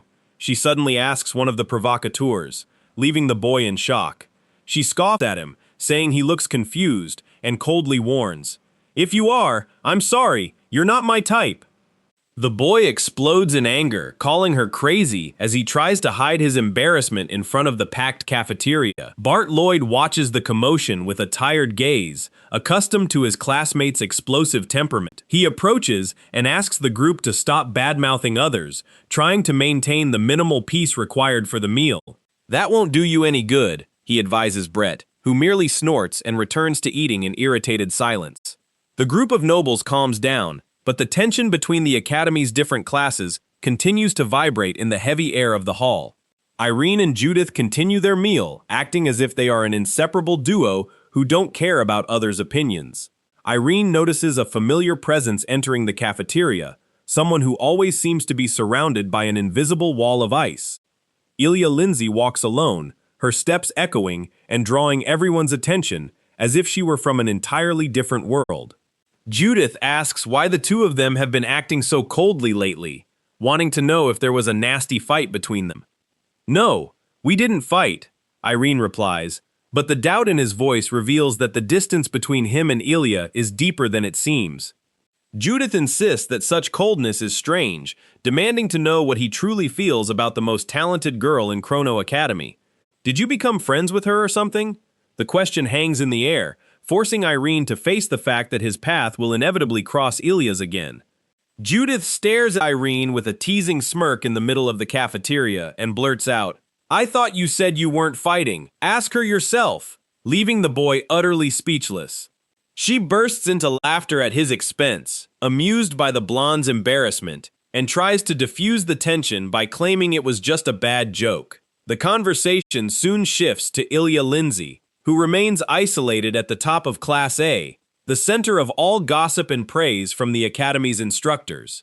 An imposing silhouette appears in their minds, for the chasm of talent between Ilya and the others is so vast that no one dares to approach her icy aura.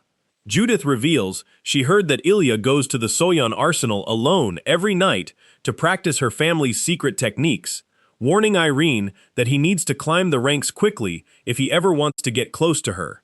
"Stop messing around," Irene whispers, trying to hide that the comment affected him, while Judith maintains that sharp gaze of someone who knows something. The scene shifts to the training grounds, where Irene takes a deep breath and informs Brett, "I'll start now, all right?" stealing his spirit for the impending clash. The movement begins swiftly, the air sliced by the force of the initial blows echoing throughout the stone hall. Brett observes every detail in silence, analyzing Irene's posture with a gaze that mixes curiosity and a hint of respect for what he's witnessing. He keeps his arms crossed, his mind racing as he tries to decipher the absurd evolution the blonde boy has undergone in such a short time. Suddenly, a cry of exertion shatters the training silence, and the action explodes with a speed that eyes can barely follow. Judith enters the duel with everything she has, moving like a red blur that defies gravity and the perception of anyone around.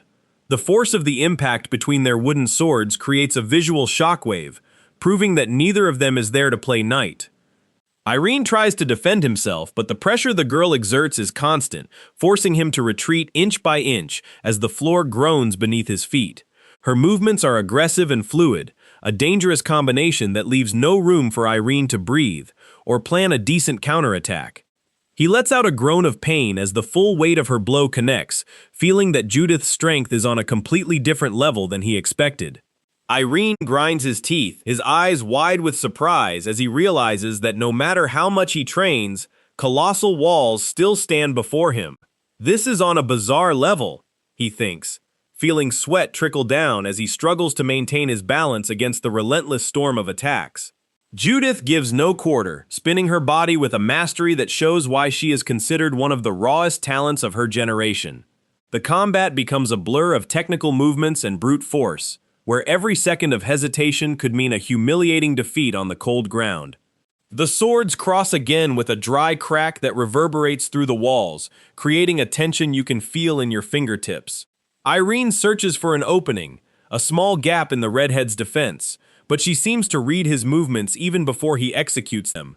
"Vertical cut!" she shouts, bringing the wooden blade down with the weight of a mountain, ready to end the struggle right there. The blonde reacts purely by instinct, moving his body sideways in the last millisecond as the wood slices through the air where his head had been moments before. The shock is visible on both their faces, but Judith quickly recovers her posture, impressed that he managed to dodge such a direct blow. She spins her sword with skill, preparing her next move without taking her eyes off her prey, maintaining a high guard and total focus on the combat. Dust rises from the gym floor as the two circle each other, waiting for the exact moment the next exchange of blows will begin. Judith smiles thinly and taunts, "Just look at this kid," seeing that Irene still has fire in his eyes, even though he's clearly at a physical disadvantage. Another charge ensues, a clash of wills where the wood seems ready to splinter under the pressure of the force exerted by both young swordsmen. She advances with a swift thrust, aiming for Irene's chest to end the duel once and for all with her characteristic speed. The impact is inevitable, and surprise takes over the scene as Irene's defense finally gives way before his opponent's relentless aggression. He stumbles, losing his footing as he desperately tries to regain his posture before the next blow strikes him. With a cry of defeat, Irene is thrown backward, feeling the ground rapidly approach as Judith's victory becomes absolute in that training session. He falls heavily, letting out a gasp of exhaustion and frustration as silence once again reigns for a few moments in the vast fencing hall. Judith approaches him, breathlessly, but with a gleam of satisfaction for having had such a productive training session with someone who truly strives. She puts away her sword and announces that it's late, pointing out that they are the only ones left in the gym as the sun has already set outside. Before leaving, she plants a seed of curiosity. By the way, if you go to the Soyeon Arsenal now, you might find Ilya there alone. Irene remains silent, absorbing the information as he watches his friend walk away, feeling his heart beat faster at the thought of facing the ice girl. In the arsenal, Ilya Lindsay is immersed in her own world, sword raised as if an extension of her soul under the faint torchlight. The atmosphere is heavy, laden with the seriousness of one who trains to achieve absolute perfection. regardless of rest or time. She maintains her focus, her cold and determined expression showing that for her, the path of the sword is a solitary and endless journey. Suddenly, footsteps echo at the entrance, breaking the sacred silence of the arsenal and causing the silver-haired girl to freeze mid-movement. A figure emerges from the shadows, approaching slowly while Ilya maintains her guard, ready for any unwelcome surprise at this late hour. The two stare at each other for a long moment, the silence weighing between them as if the entire world were waiting for the first word to be spoken. "Hi, are you okay?" Irene offers a timid greeting, feeling like an intruder in this training sanctuary where the elite prepare themselves. He nervously extends his hand and explains his reason for being there. "I came here to give you this." Revealing a small package he carries carefully, he explains that it's a letter and a gift he received from home, but starts to stammer, afraid that the gesture might have been too strange or intrusive. Ilya stares at him with those piercing eyes and asks directly, "Why are you giving me this?" not understanding the reason for such kindness. Irene bows his head and confesses that he isn't very good at dealing with people, admitting that he feels exactly the same way about this. He remembers that, due to misunderstandings and his difficulty in speaking, he used to fight a lot with his sister in the past, which made him very sad. The day after their arguments, his sister would always leave a letter and a small gift by his bed as a silent apology. "Since I'm also bad with words, it was really hard to organize my thoughts and say what I felt." He confides with disarming sincerity. Irene decided to start writing letters too, and realized it worked much better, finally understanding why his sister liked doing that with him so much. Ilya listens to everything in silence, but soon fires off a chilling question. "Do you think I'll help you again because of this gift?" The blonde shakes his head negatively and apologizes for interrupting her training, informing her that he's leaving to let her be. He turns and leaves, leaving the girl alone with the gift in her hands, without imagining the impact those honest words had on her heart. Night falls over Chrono Academy, and silence once again envelops the stone walls as each student grapples with their own ghosts and goals. Ilya looks at the small package with an expression that is no longer coldness, but deep curiosity and something that seems to be melancholy. She opens the package carefully, revealing the contents Irene brought from so far away just to try and forge a minimal connection with her, a bracelet. She whispers, observing the simple but beautiful piece that shines under the moonlight filtering through the high arsenal windows. The girl's eyes widen and gleam with an emotion she rarely allows herself to feel, as if that object had awakened a buried memory. "This is..." The exclamation dies in her throat, as the hand holding the bracelet begins to tremble slightly from surprise. She presses the object against her chest, feeling the cold metal against her skin, while the solitude of the arsenal seems a little less heavy than it did minutes ago. A solitary tear begins to form in the corner of Ilya's eye, showing that behind the facade of an unbeatable genius, there is someone who just wanted to be seen. She remains motionless, processing the fact that this boy, whom everyone called lazy, was the only one who truly tried to understand her. Outside, the academy's routine doesn't stop, and everyone's destiny continues to be shaped by constant effort and the interactions that arise along the way. Ilya keeps the gift with a tenderness no one would ever expect from her, fundamentally changing her perception of the young Irene Pereira. She takes a deep breath, trying to recompose her mask of coldness, but the warmth of that simple gesture is now part of her silent journey to the top. The scene pulls back, showing the vastness of the academy under the night sky, a place where even the coldest hearts can be touched by sincerity. The next day, the training yard is crowded, and the sound of swords and students' voices creates that vibrant atmosphere of competition and growth. Judith is stretching with Irene and warns him with a serious tone. "We're cranking up the intensity today. No slacking off for you." But before they can begin, firm and determined footsteps approach the group, drawing the attention of those nearby with the authoritative presence they exude. Brett Lloyd appears among the students, walking with the confidence of one born to lead and be the best at everything he sets his mind to.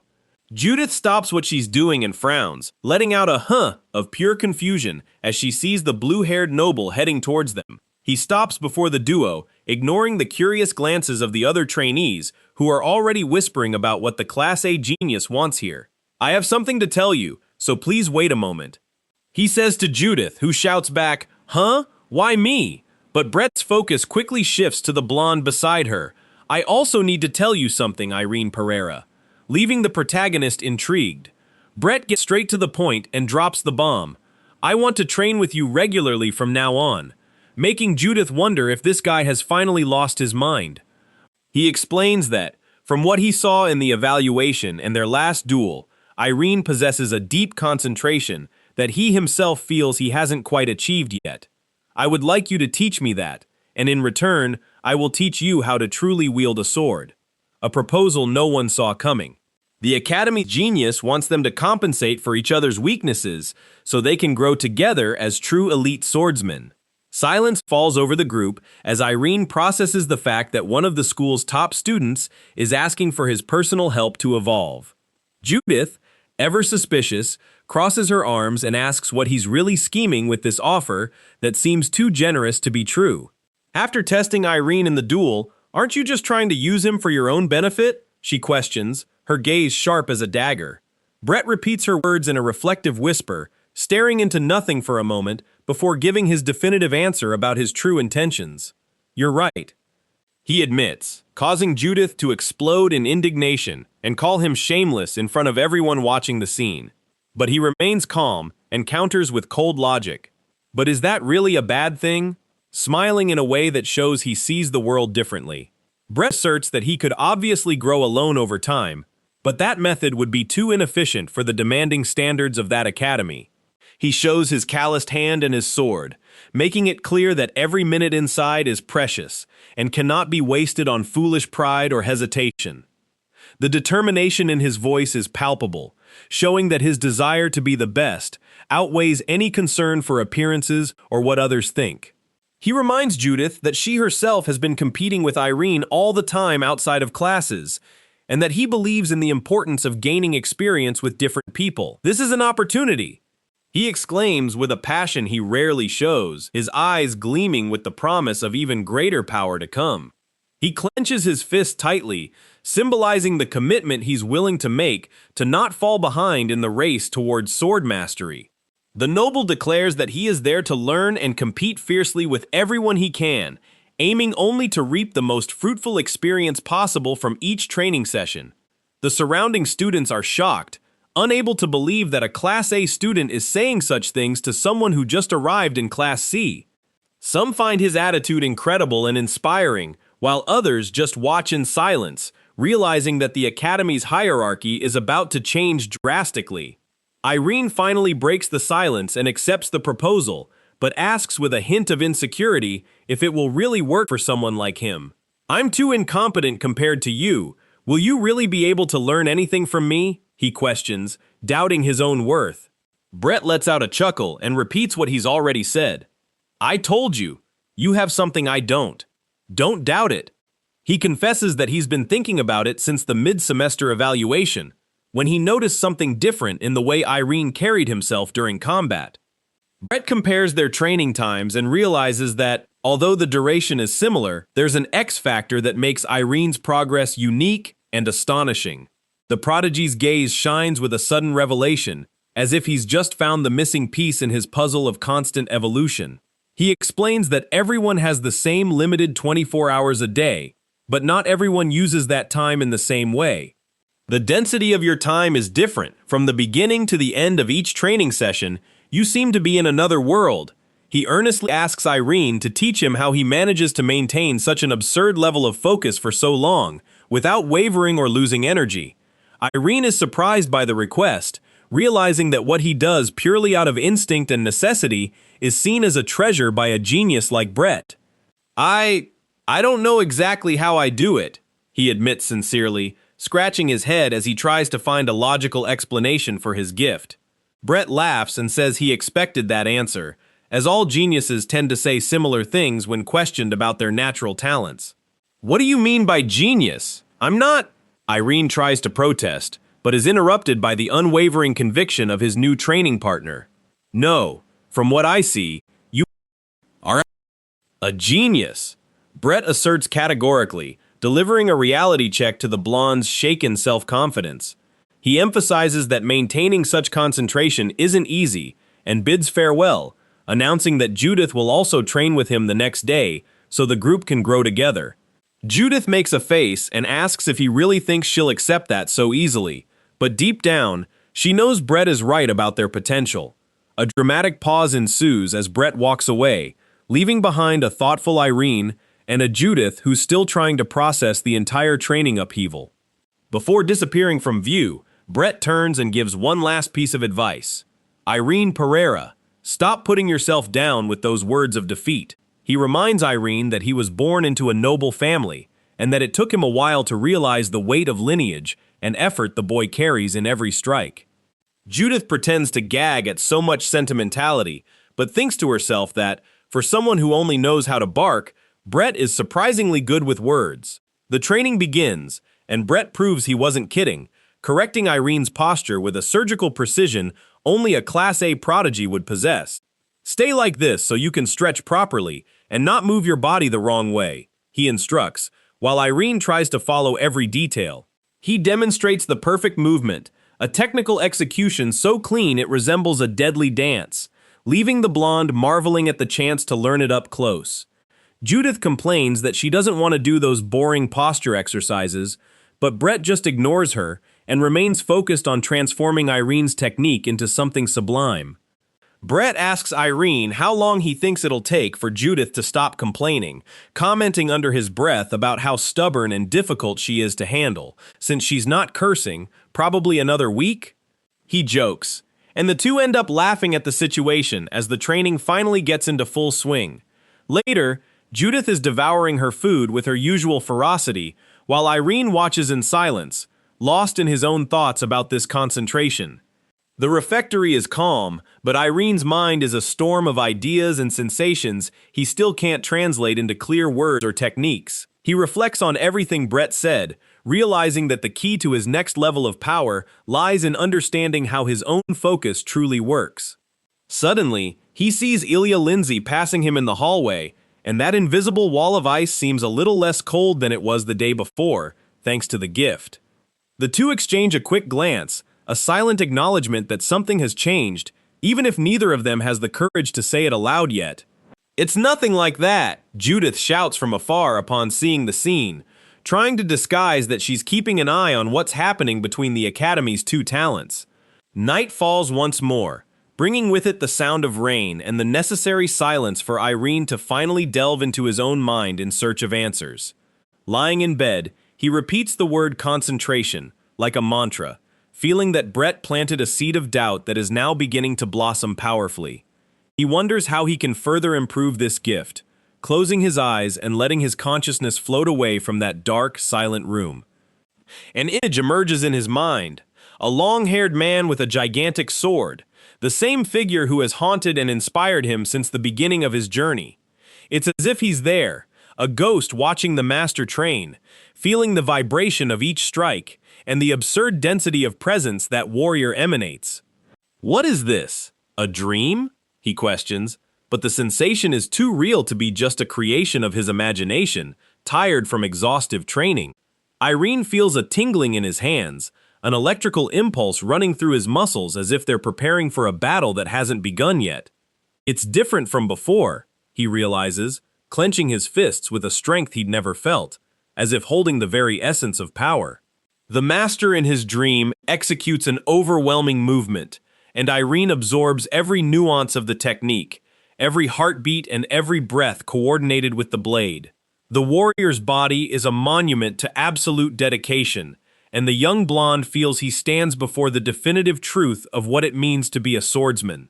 He wakes with a start, his heart pounding in his chest and his breath ragged, as if he'd just run a marathon in a world of shadows and steel.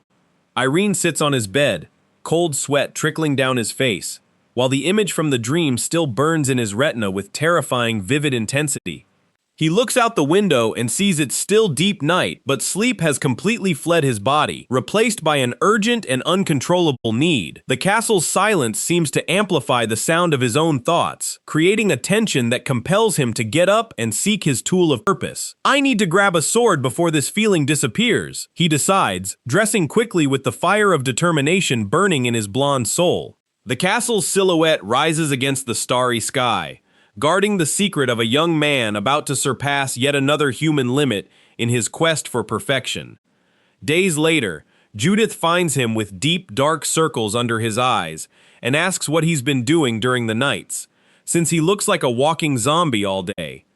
During training, Brett warns Judith not to look away during the duel, but she complains that he's too demanding and being a pain with so many rules. Hey, are you kidding me? You just told me not to look away, and you did it yourself, she shouts, calling the genius a hypocrite while he maintains his brazen expression. They notice Irene sleeping on a bench, and Judith prepares to wake him with a shout, but Brett stops her. Leave him be. He looks exhausted. Suddenly, the blonde jumps up, startled awake by his friend's presence, trying to pretend he was just resting his eyes for a brief moment. He grabs his heavy sword with an agility that surprises them both, showing that even when sleepy, his reflexes are becoming something supernatural and instinctual. Irene slumps back down, exhaustion overpowering the adrenaline, and Brett stares at him with a mix of concern and scientific curiosity about what's happening. Irene, Brett calls his name with a seriousness that makes the blonde straighten up and pay attention to what the Class A genius has to say to him now. He apologizes for interrupting his rest, but directly asks what on earth Irene is trying to achieve with his strange behavior lately at the academy. I'm training to improve my concentration, Irene confesses with an awkward smile, knowing it sounds strange to anyone who sees him sleeping in corners. He admits he's not doing very well and didn't think it would be easy from the start, but he feels he needs to keep trying this new and uncertain path. Brett asks if it's a meditation training, something he heard priests do to reflect on themselves and find inner peace before prayers.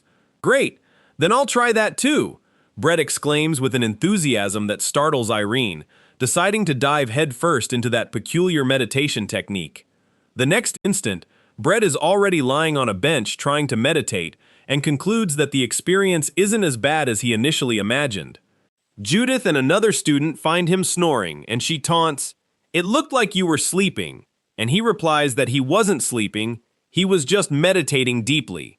You meditate by snoring and drooling, do you? She asks, laughing at him, while Brett desperately tries to maintain his dignity as a noble and Class A prodigy. He realizes the problem might be his posture and says he heard that true meditation is usually done sitting cross-legged on the cold floor. Judith warns that it won't help him at all, as Irene is a special crazy case, but Brett insists that no one knows until they truly try. In a closed room, an instructor confirms there are no issues and announces the bombshell news. Irene Pereira has been officially promoted to Class B. The Swordmaster observes and comments that it seems Brett and Judith's help truly accelerated the blonde boy's growth in an impressive and satisfying way. Another instructor agrees and adds that the master was right about the potential of that class and the impact they would have on each other's evolution.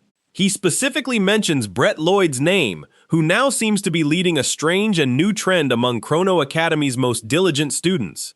The final scene shows a group of students sitting in a circle, meditating in absolute silence. Irene's example has spread, and the pursuit of deep concentration is now the new gold standard for those who want to reach the top.